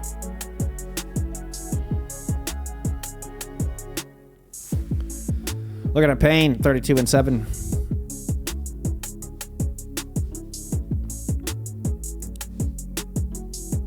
Feels like Artemis definitely won more team fights throughout that. Very, very close as far as damage between Maverick and Dimitri. Calamity says Hydra. Wait, why are you betting against us here? Hydra says the odds were too good, man. Odds were too good. It's okay. You can take the dub now. 50 free. Thank you for the follow.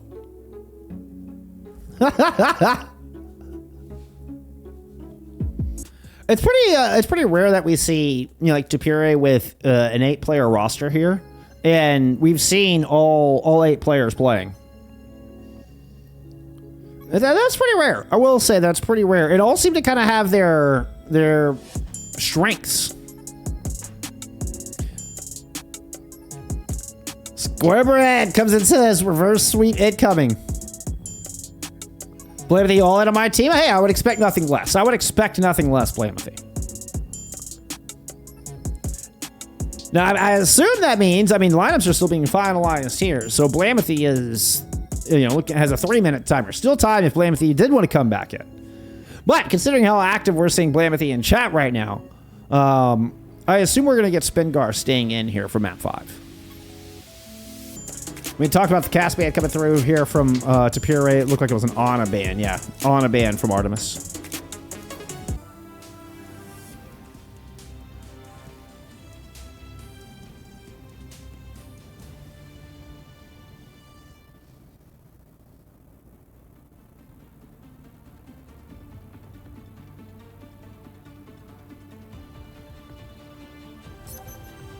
Ready for battle.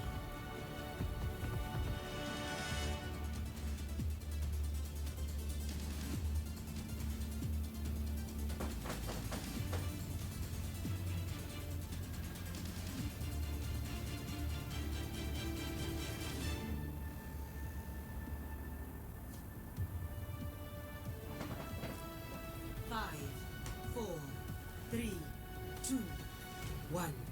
Round 1. Capture the objective. Okay, so we're getting Tapire. We're turning into this Brick Juno look. Coming into Control Center. We saw this back on Samoa as well.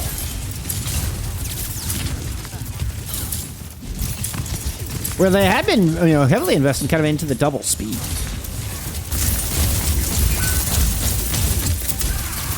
Now, Gemini coming back in this Ramatra duel. Looked really good on the Winston on Dorado. But, Maverick been in here all game, perfecting this Ramatra.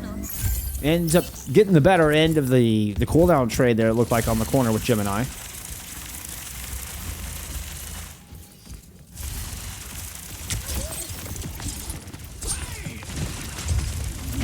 I know, Tapire now in blue, where I feel like they should have been the whole time, just as far as, their team colors.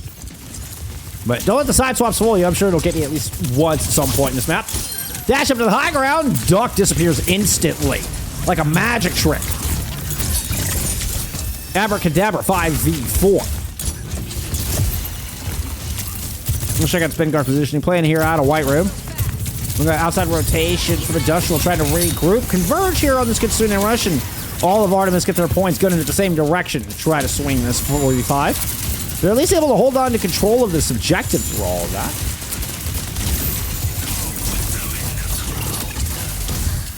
Duck has returned back into Wire Room. Spingar has been driven away. He's forced to play off of this low ground. Pepper in some shots on to Maverick. Maverick puts up the shield, ducks around the corner. Pain Card dashes in for a kill on the Hex. Cleaning up White Room. Now rotation continues as Spingar regains control of the high ground. Then ends up walking off of the point.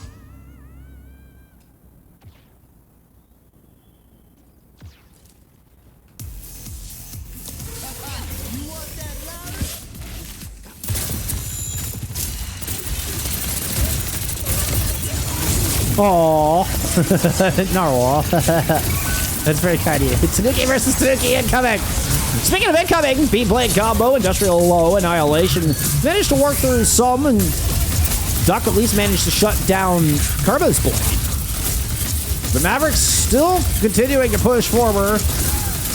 Late. Ooh, just in the nick of time. This time it's just as Gemini is running out of air, gasping for breath. The sound barrier lands there from Hex to turn the tide. Spingar also invests their ultimate into this, so turns into a fairly heavy investment.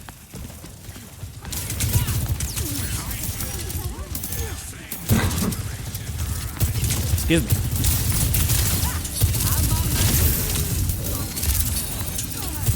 So with no ultimates, it's only a temporary hold of the choke and a quick disengage coming through from Tapire.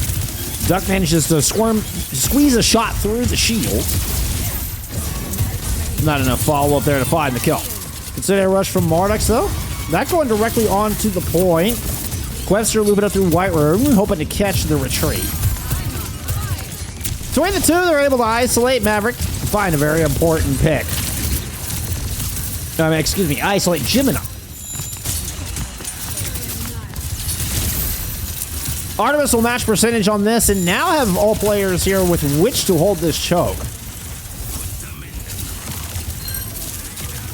I guess with double speed, you can't really hold choke. They're just too fast to get in past all the damage.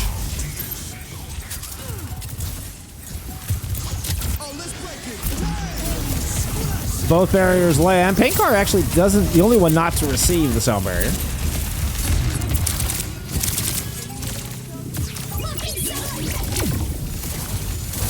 Playing from coast side, the orbital ray thrown directly towards Maverick. Pain does get a deflect kill. Once again. Did not see what the cause of that one was. Gemini will eventually lose out the duel of the Ramachas once again. Maverick with a lot more experience. I think in this hero, the Annihilation will in fact secure a win here on Control Center. Score 0-1.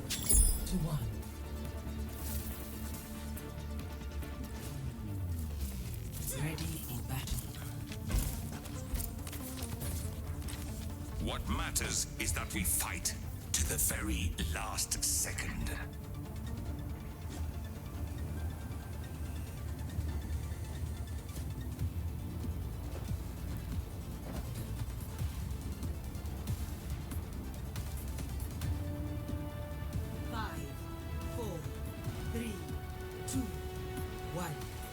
Thank you, Narwhal.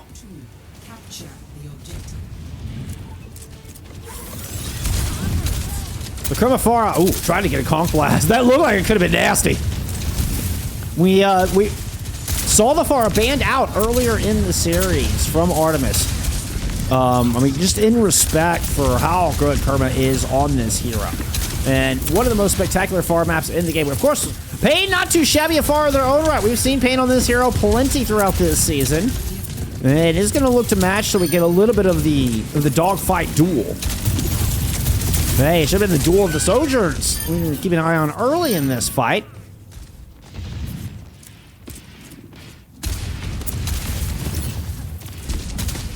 The Pharah is not coming into play until later, where Kerma picks up 3. Pain ends up off the map. And despite a very early cap from Artemis, Tapire will flip it right back over.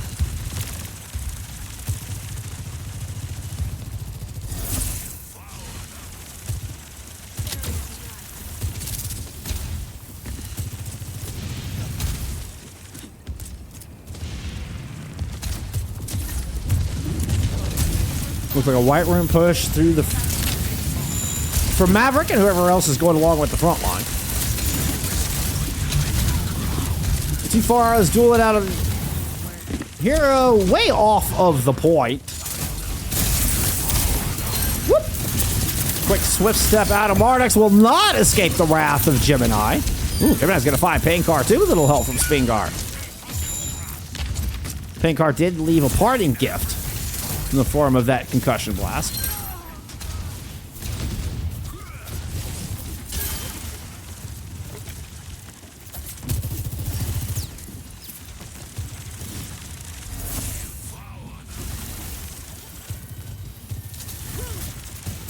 Smiliad, part of it's too good. Okay, Jorge. Cheering on the squad. Ooh, that was a neat interaction. Rui almost got yanked out of the sky by the vortex. By the raging vortex out of Maverick. That was a really cool interaction. I hadn't quite seen a vortex with a barrage. Unfortunately, I mean, you know, Kermit still comes up with the kills through that barrage. But that was so cool. Mr. Dyslexic, thank you for the follow.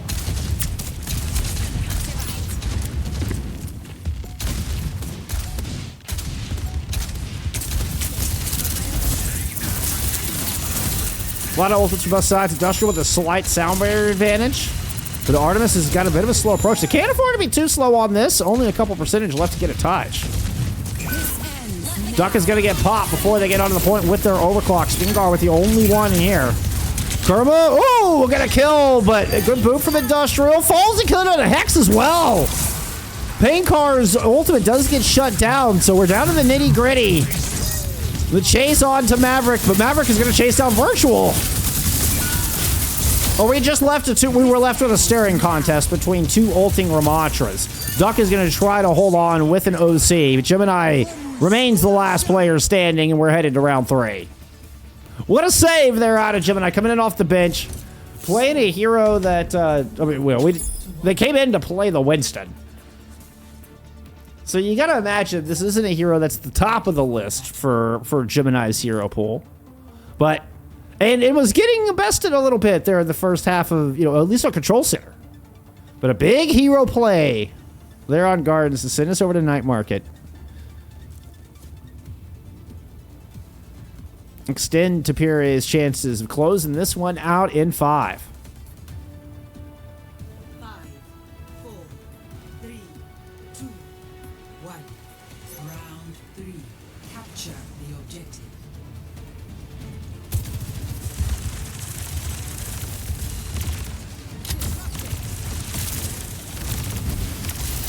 Gemini getting very aggressive very quickly.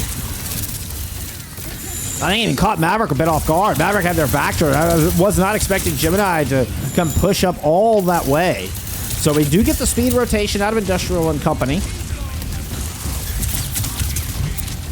Maverick took a good bit of poke damage, but is able to force Tapire off of this objective. Duckfight and an open pick onto Kerma will bode well. Pain playing on this Echo. On the recolor of the Fleta skin, which I think is so bizarre. But the Echo itself, good pick. Works out well. Extra support needed. I mean, the Echo itself didn't really have a huge impact in that fight, but, you know.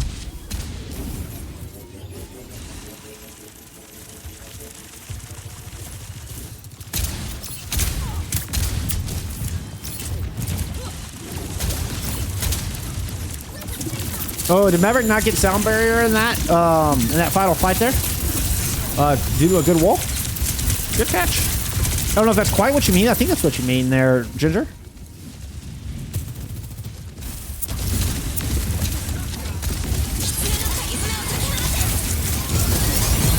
Larnock's well ahead of the support ultimates on the other side, and Tapire were not ready for that. I do not think they had made the read on that ultimate, as they got completely blitzkrieg.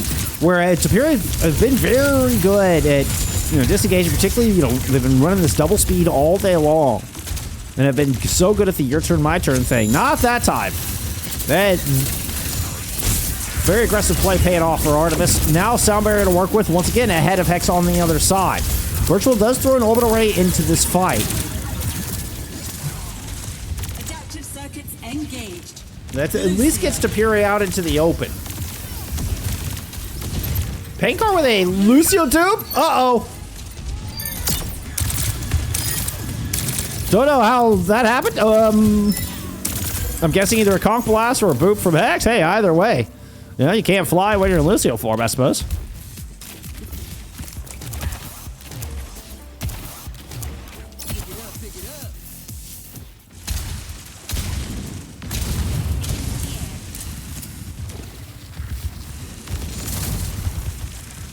Kermit checking the extent of the skybox. Drop in.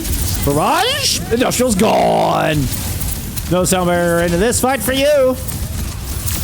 Tapire. Oh! Ooh, we're gonna shut down the OC as well. Kermit coming up with 2 very important picks there through that fight.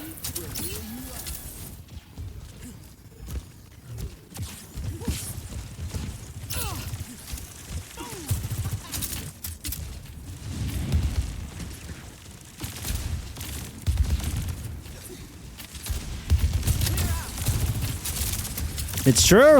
It's true, Vax. Quester did promise us an interview if they win. Sound barrier here from Tapire. Escorting Spingar with the OC. But Industrial's able to follow up with one of their own.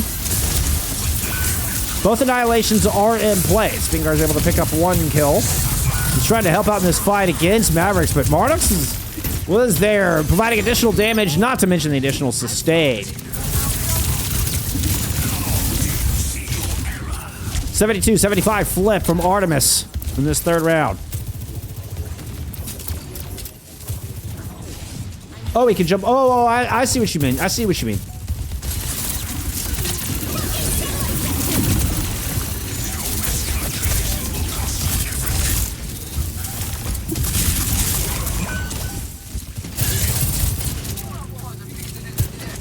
Tapire will flip this point at 99%. And as with seems like every map here today between these two, this one will go to one last final engagement. Late kills on a Paincar and Maverick shouldn't matter too much in the... If it was 85%, those could have been disastrous. But there's enough time. Artemis have the ability to regroup, come back as a full 5. They'll have the duplicate to work with. That's about it.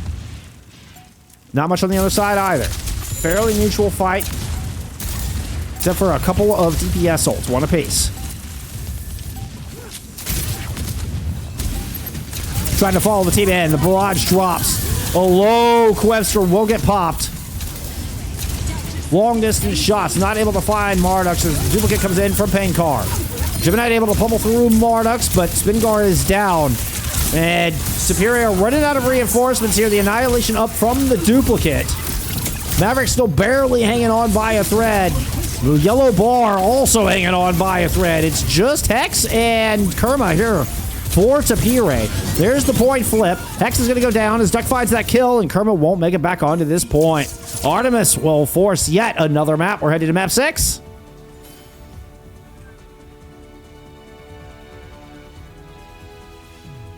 Play of the game.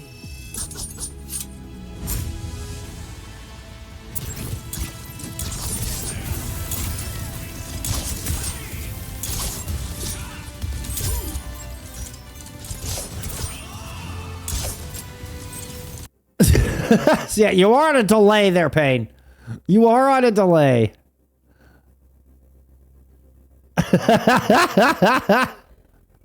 Damn it. Suravasapik. Lucio bad from Tapire.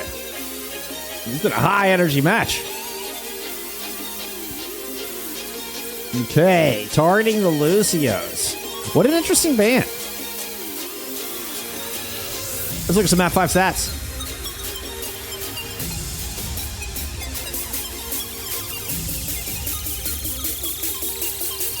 Very close. Maverick and Gemini, 29 and 8, 28 and 8, respectively. Gemini with about 3,000 more damage. 2,500, actually. 2,500 more damage there for Gemini. That is good enough to lead the lobby. Really, it's the DPS. The DPS of Kerma and Spingar really getting so involved. So involved. Let's go take a look at that other ban. What was Artemis's ban here for map 6? Okay, we did get Suravasa played once between these two teams earlier this season. Before we get loaded in, let's go get a quick reminder on the outcome of that. That was a 3-1 for Tanuki Tapire.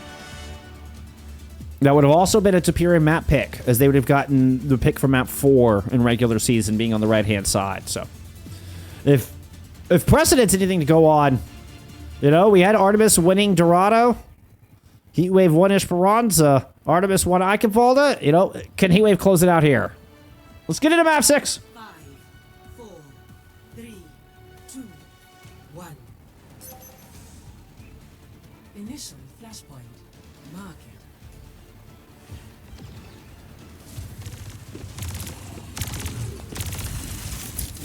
it. Battle for the stairs to kick things off.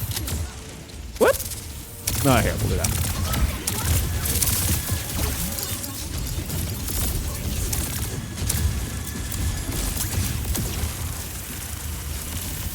If they lose, you got a Mythic Glacier that he's a Giga Chad and you are. Oh wow! I mean, those are some steep terms you're putting up there. Those are some steep terms. Industrial very low on the south side. Kerber with a pick. Finds Pain right out of the gate, locking down a Tracer of all heroes with a Pharah. Tapire back into the red outlines here. By the way, we didn't get a side swap.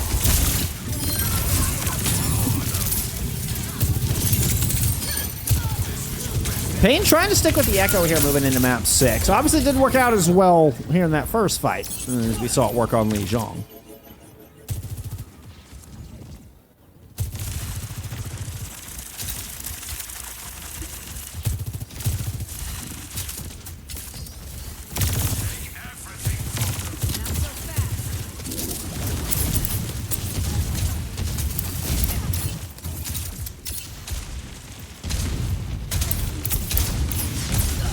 Pain immediately rotating to find, mark, and try to hunt Kurama out here.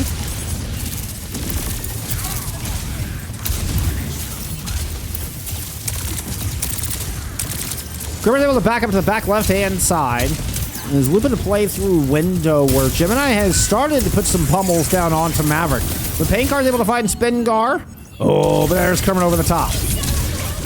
So I think one DPS is in a good position. There's another DPS who has the angle.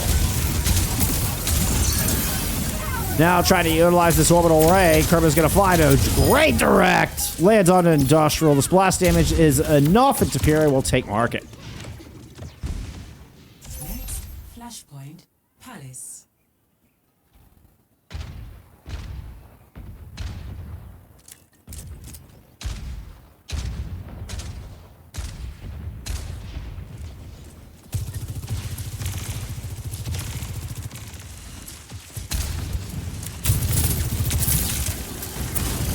Not as fake card plays. Playing it in the close inside, not ideal for either of our flyers. Since we were seeing Karma's one move to the point, kind of playing from this open area. Orbital thrown, Annihilation thrown in there from Gemini alongside a Hex Rally. They just hold there, using the passive heals that big shield. They just walled themselves in. Gemini steps out. Dangerous move leaves the safety of their little hut.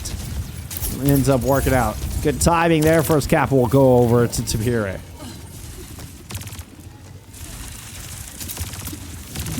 Deacon says, I never said Glacier wasn't a Giga Chad.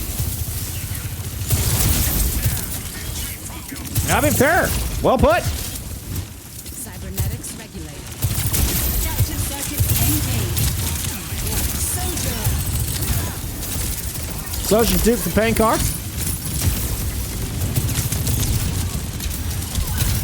So many threats. Head on a swivel. Anybody wants to stick around long enough, Pankar will take your head off, but nobody's giving them the opportunity. Consider rush in. Pankar screaming forward. Whoop. Gemini actually ran past Pankar. Pankar is able to stay on the front line and keep the heels out of the fight long enough. Gemini ends up going down. Whew. Remember, way out there. Cut off the retreat from Spingar. Almost caught Kerma in that Ravenous Vortex.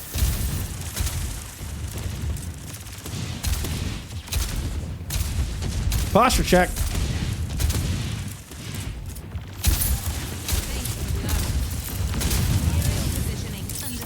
Can't quite drop in from the rooftop, so Kerma's got to somehow sneakily quickly get in to use this barrage. Oh, but that orbital is not going to be a good place to throw it. You do have virtual one of their own. Hey, you know what? Never mind. Looks like Wu-Wei trades themselves out for Quebster.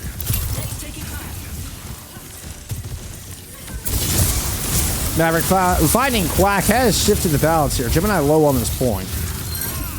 This ends now.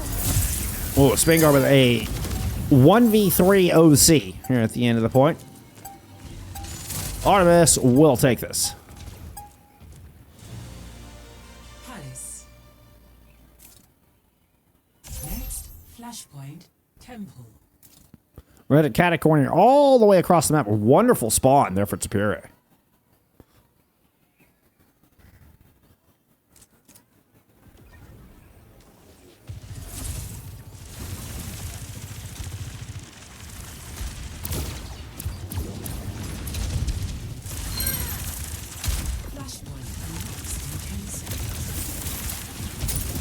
And that's where that defender's advantage will get you. Spangar about to sit up on this high ground, clocking in, damaging Artemis as they try to make a rotation in, ends up finding that beautiful first pick. Now Mardex does make it back into this fight.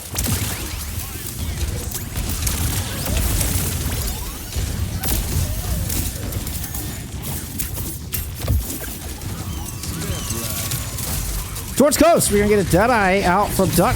See a little bit of speed coming in. Oh, had a skull in the back on to Kerma. They just barely duck out in time to avoid disaster. Spangar eats a couple of shots though, mid-Kitsune rush. That's gonna be enough for the flip here.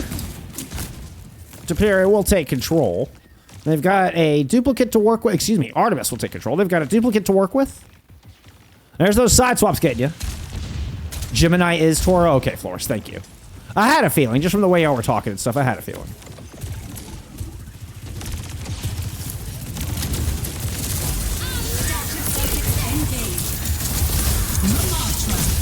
Well, we got 3 Ramachas on the battlefield here with the Doppelganger out of Pankar. Doesn't last long, though. The Hex Rally will keep it at bay, but... Ooh, okay. It's enough to find kills onto Gemini and Kerma.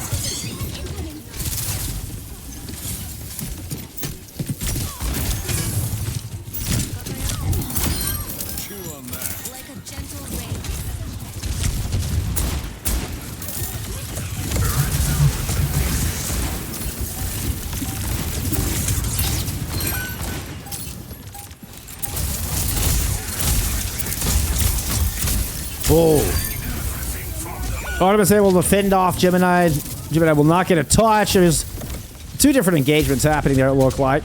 Gemini tried to get the touch, but Artemis able to find some squishies there in the back line even before that, so.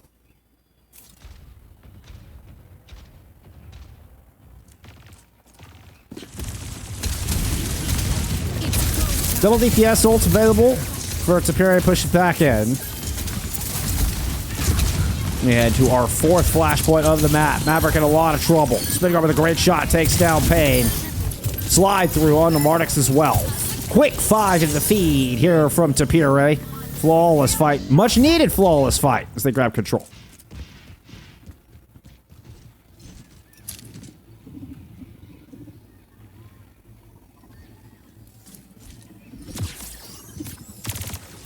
He saying the economy was a little disastrous there for Tapire. Looking back on that 3rd point. It's in a good spot now, though. They've managed to swing it back around here. And using an orbital, that's going to lead the first pick. Ooh, drops Pain with the high ground advantage. Doc comes up with a good kill. Finding Spangar, that dominoes into several picks into the back line. Oh, my! Just when you think Tapire are out of this... Oh, the Suzu! The Suzu! Saves Quebster from the direct rocket out of Kerma. That allows enough time for the Deadeye to find Gemini and Artemis to find this point.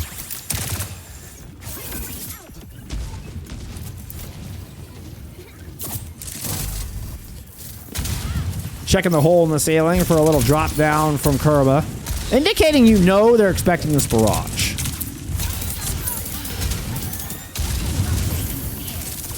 Indeed, we are gonna get Kerma looking for it. Gets intercepted by Pankar, eats some stickies, and Pankar finds the kill. Vortex is now going to respond with an orbital ray thrown onto this point, and Pankar turning all those stickies right on to Gemini. The rally fading here from Hex, and Sustain starting to wane.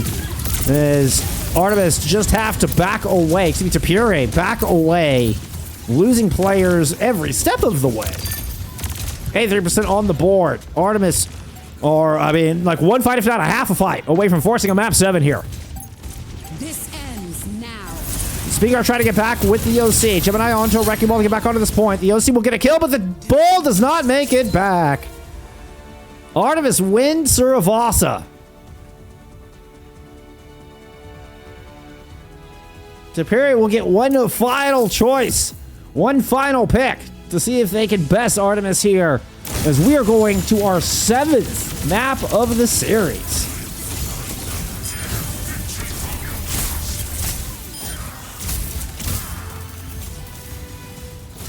Route 66. We're in uncharted territory, friends.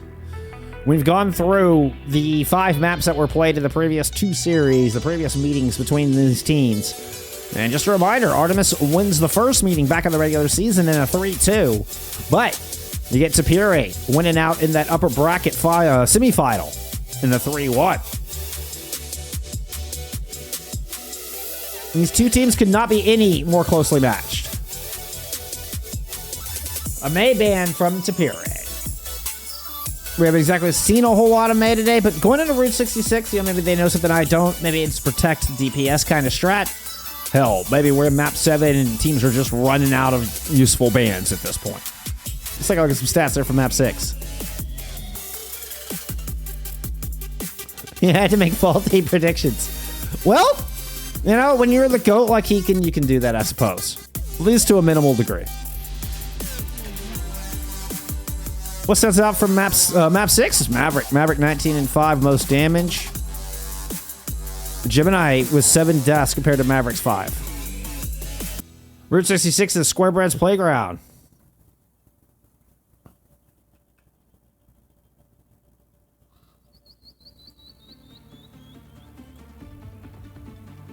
Map 7.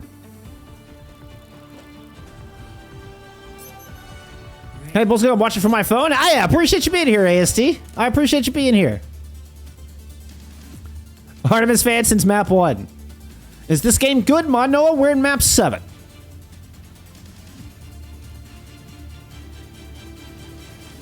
Yeah, map 7 reverse sweep on the line. I don't think it gets any better than that. Momentum firmly in the hands of Artemis as they will start off on the defense. Virtual showing us something a little fun. We get the Ayari Ana back live. Okay. Dimitri and a Diva.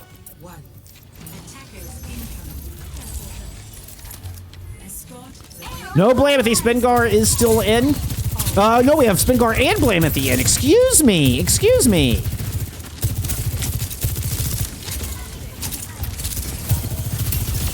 But Dimitri returning in the tank role, so Gemini back into the bench. Maverick matching the Diva on the other side.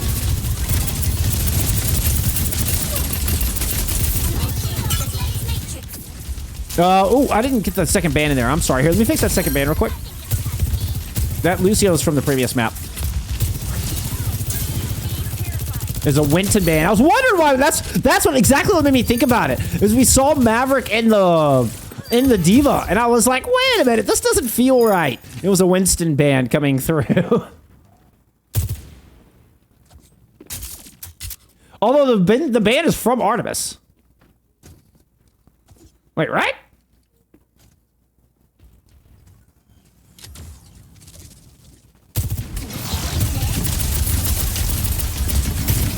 Ban was definitely from Artemis, because the Lucio ban was first. Oh, sorry, not the Lucio ban, the...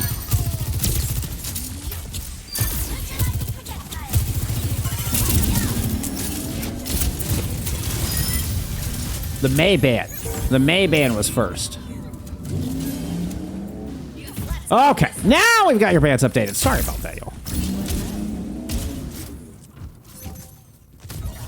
Oh yeah, the Iari doesn't last. The Iari does not last. we're into on a break now.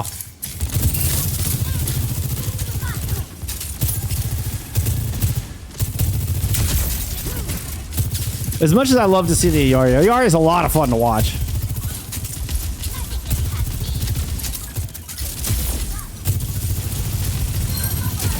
Dimitri making a move. Oh, but the attackers immediately, as soon as Dimitri steps foot off of that high ground, Artemis just move up in an instant, in mass, swarm all the squishies up there, take over the catwalk, and then loop back around to finish off Dimitri. Well-timed assault there from Artemis.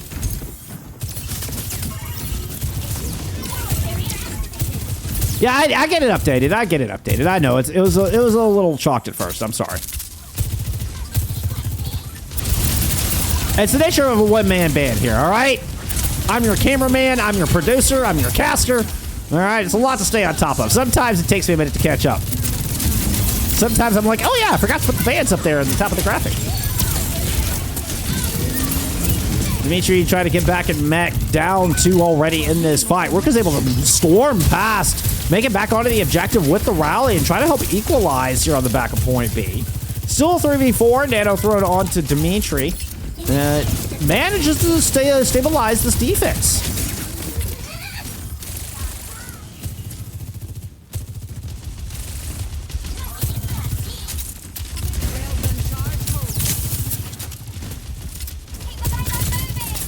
Yeah, I realized.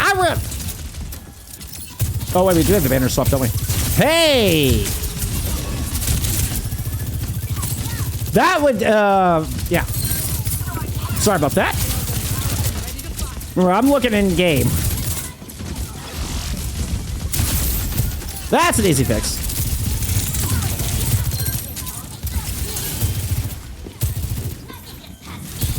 Refer to previous statement. Despite a valiant attempt and a fantastic name there from Virtual at the end, a good recontest here will net Artemis the point.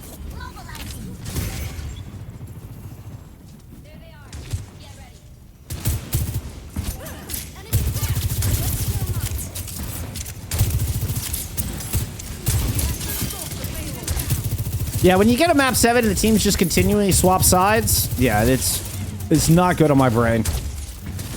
It is not good on my brain. Sorry about that, y'all. Alright, we're looking at a Nano Boost versus Beat Pulse.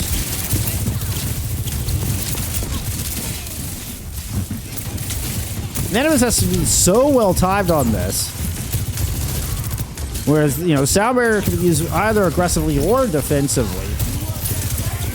Oh, a little bit of a drop down. Could have been a dangerous moment there for Virtual. Dimitri gets the Nano Boost, gets a bunch of charge, but has no more bubbles of anti-nade to use or bio-nade to use just to keep Dimitri alive through that. But Artemis continue to push forward.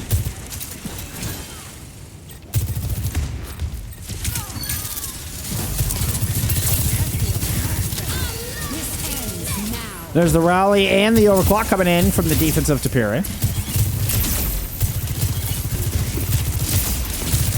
Look like most of Artemis are able to hide behind the truck. Here comes the re-engage.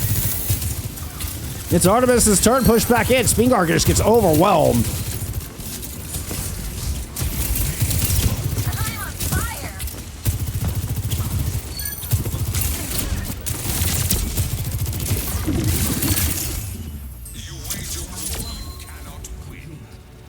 That's 2:13 on the time bank there for Artemis.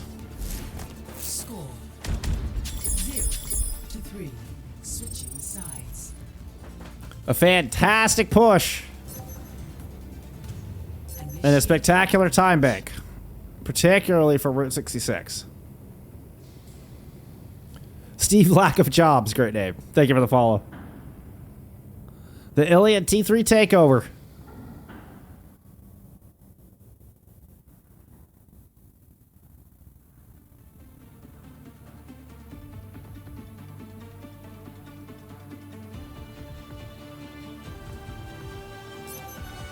Ready for battle.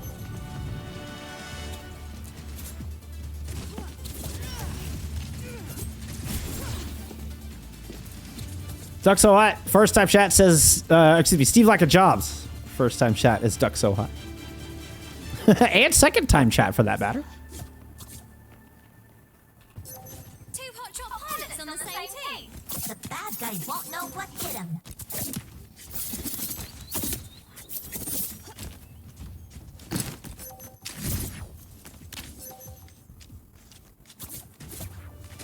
Okay, Dimitri's showing us a Ramatra. This could be problematic.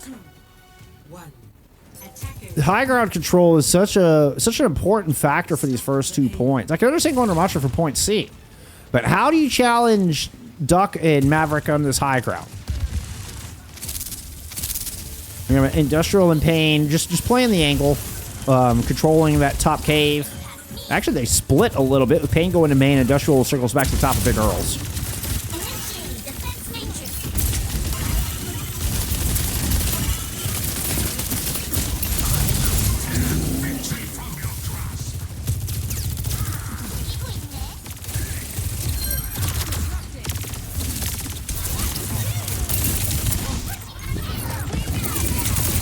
Oh, good aggress.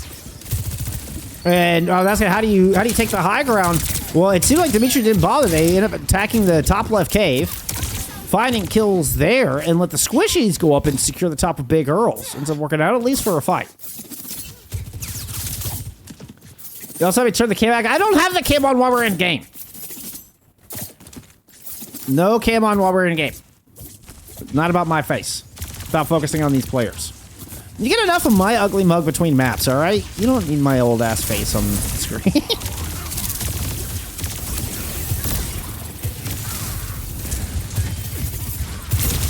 That beautiful angle. Oh, and Duck reads it, makes the slide out kill. I mean, eventually it does get popped, obviously, but you know, respect on the slide out. Respect on the fade away. Spingar's gonna come up with a second one of this one. Oh, that's a very dangerous push from Dimitri. Once Dimitri round that corner, completely LOS their own heals. Does grab the Mega, pops the Nemesis form. Goes back to try to secure this point. Needs the brunt of a Pulse Bomb, though. And is now getting chased down with a Kitsune Rush. Maverick has all the punch and power they need. That's return back to the point. Maverick leaves. Dimitri and Spingar actually put kills in the feed. Dimitri fighting one with the Colat onto the back line. And we get the cap here from Tapire.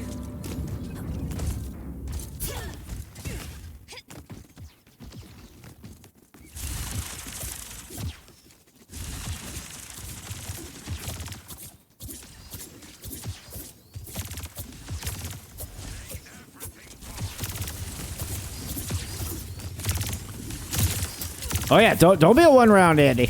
Definitely still time, and you can see Tapire are doing work here on their offense. Spingar already finding an opening pick onto Pain, who was trying to blink in through the top of Garage. Oh, but Duck has an outstanding sight line from the roof of Clubhouse. Virtual takes a shot, throws in the orbital, heal themselves, and their Soldier back up, who's now dueling in an Annihilation, so Spingar goes jumping up to the high ground. Will at least force Suzu out of that. Maverick's Annihilation fades. No fatalities, but Virtual still in a little bit of trouble. Is going to get hunted down here. Suzu? Oh my, what a Suzu that Aruka. Responds with a Kitsune Rush onto this point. Annihilation up from Dimitri. An incredible stabilization. That looked like it could have gone south so quickly there for Tapire. They're able to hold on, but now can they survive the OC? Duck is only able to get one. Dimitri will punch down the Sojourn. We're down to a 3v3.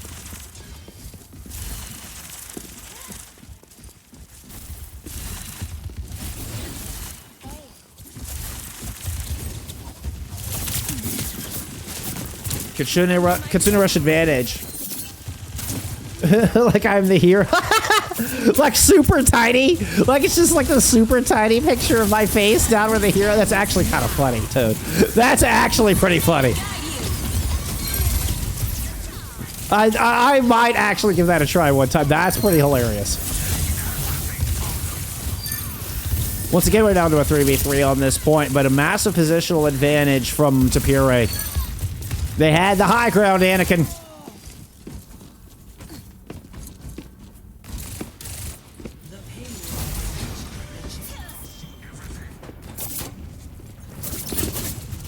Oh, I've been sitting in this chair too long today. Stretch my shoulders. Stretch, stretch, stretch. Flammethy. Oh, Flammethy out.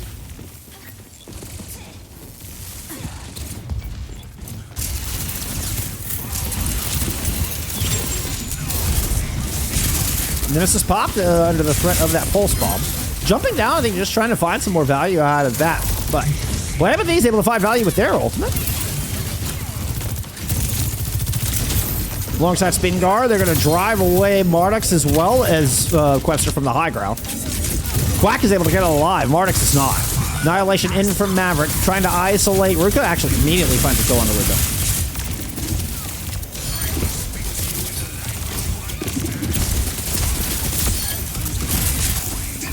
Three punches into the face of Virtual. Defense stabilizes. We're at just over 2.5 minutes remaining.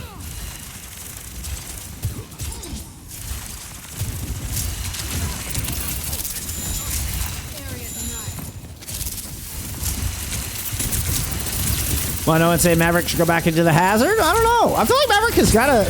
Now, you could have been talking about the Diva battle. I feel like Maverick has a really good Ramatra. I feel like, I don't know, this duel, the two tanks here, I feel like are super close in this particular matchup.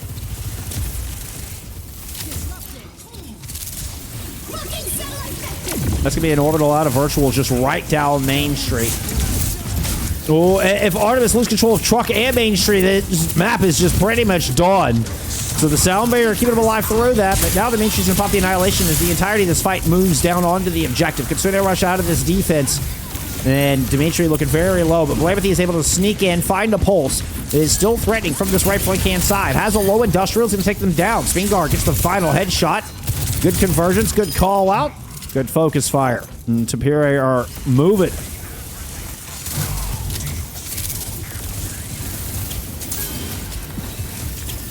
What is Gurkmeister? I mean, you know, if you don't know, I'm not going to be the one to tell you.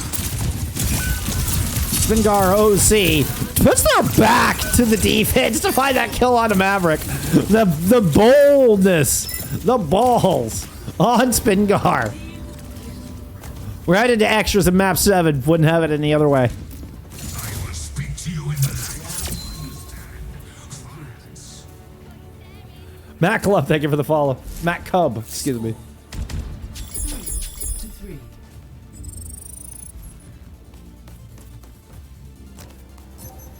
Dildo's Academy sent a bar in chat.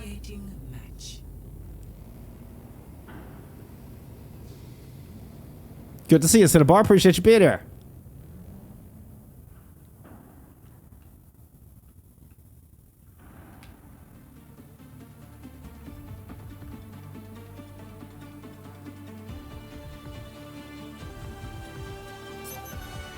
Ready for battle.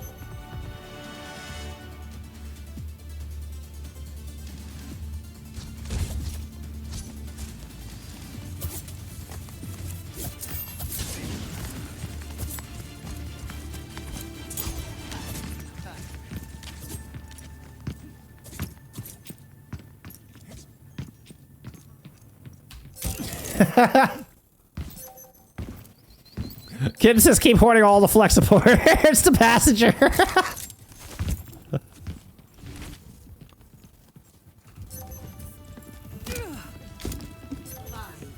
4, 3, 2. Who is the duck on Quack? You mean Quebster? Tapire back on the offense immediately. We're looking at carry Juno. Okay, we're going to auto Juno. Keep the double flex support alive. Ooh, Flammethy looping around finds Quebster out of the back of the 45. That's what I call that boxcar. I just call that the 45 because it's angled at a 45-degree angle.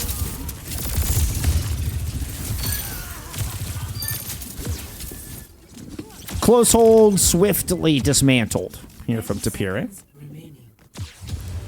Hey, toggling O-Dub. Thank you for the Prime sub. Thank you so much. Really appreciate that.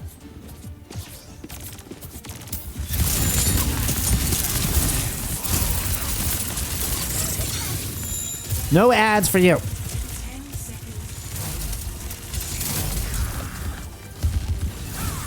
We're in the neutral. Maverick gets a kill with a raging vortex from the high ground. Oh my goodness. That is not how that is supposed to start, but Maverick is super low. No shot you get out of that one in one piece. Virtual coming up with a kill and is now left alone to hold the cart while Lamanthy and Spingar are out trying to hunt down some kills. Spingar still making their way back in. Virtual is down. That's going to be the end of the road. We got some pre-roll. What's our pre-roll-offs looking like? All right, pre-roll-offs are 37 minutes out. We should be okay here for this last push. 3. Switching sides.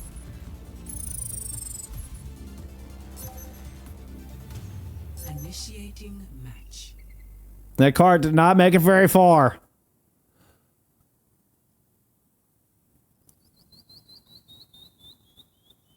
.58 meters is all Iliad needs to reverse sweep a grand finals, the super reverse sweep, and claim the crown of Season 4 EMEA Expert Champions. $1,000 USD on the line for first place. $650 guaranteed to whichever team here falls short.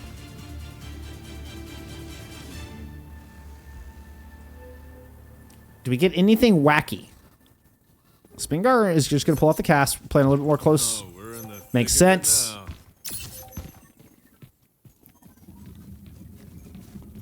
Cat 5, Quackicade?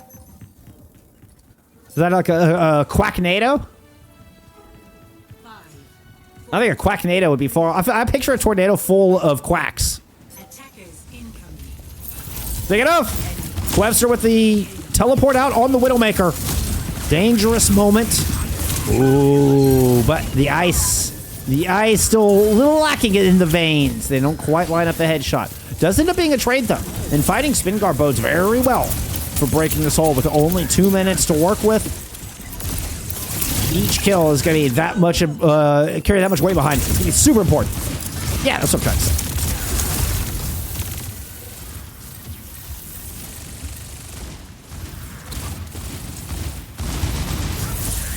Maverick low. Gets greedy trying to chase Dimitri. Ends up dropped. After an early 1-for-1 trade right in front of the spawn doors, this defense gets their 5th back in play and are stabilizing here. Fuck 20 remain.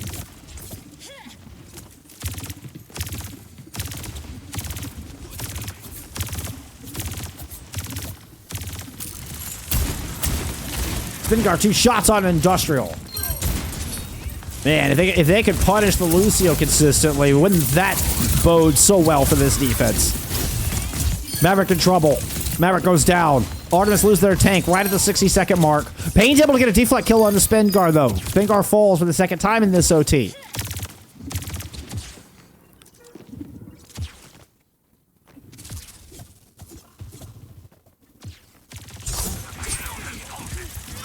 Maverick coming up at Annihilation. We're also going to have Kitsune rush into this fight, but you're looking at 3 ults, including the orbital, being thrown onto this objective now from the defense. Blamanthy playing in from the top, able to blink up to the high ground, lands the stick! Monix goes down with a Kitsune rush in the pocket, 23 seconds to go! Tapire with a good start towards the full hold, but Payne is going to pick up 2 with the deflect dash combo. Spingar down spawn. Dimitri oh so low on this point. Dimitri is dead. 3 seconds. 1 fight for the championship. It's going to be a long run back for this defense. Map 7. A whole season, and it comes down to 1 last fight on this point. Can Dimitri even make it back? Blaming it on the Tracer. No swap over to a Lucio. Ruka has to hold on to that consideration and use that to try to take big Earls. Spingar drops the Deadeye, not able to get anything with it. Maverick's going to put down an Annihilation, trying to hold this point. Trying to push this across the line here for Artemis. They get Dimitri! There's still a couple players left, but Blamanthy is low. Spingar is low. No ultimates here for this defense to work with. And Payne has got a blade. Dishing it out. Artemis, they will succeed. Successfully completing the reverse sweep. Claiming the championship. Holy hell. The 4-map super reverse sweep. I have never.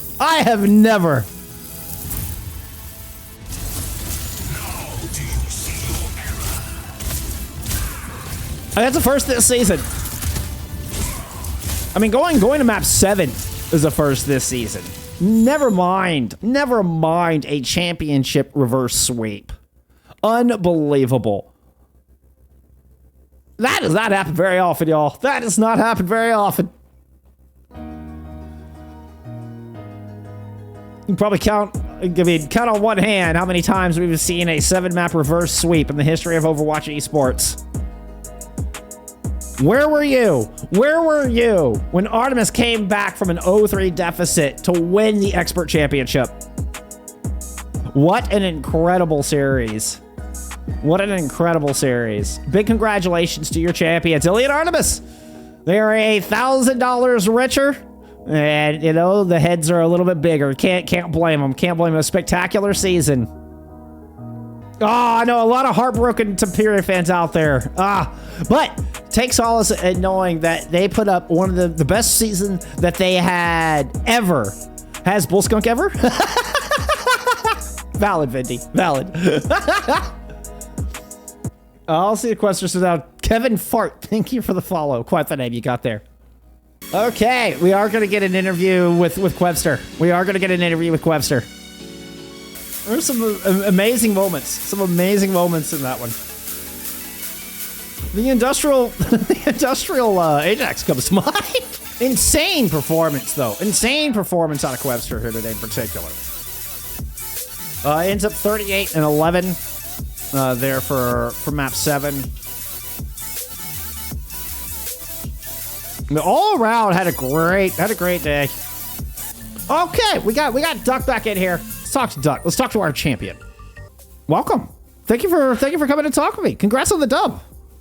Yes, thank you. I mean, what a series. Holy cow, what a series.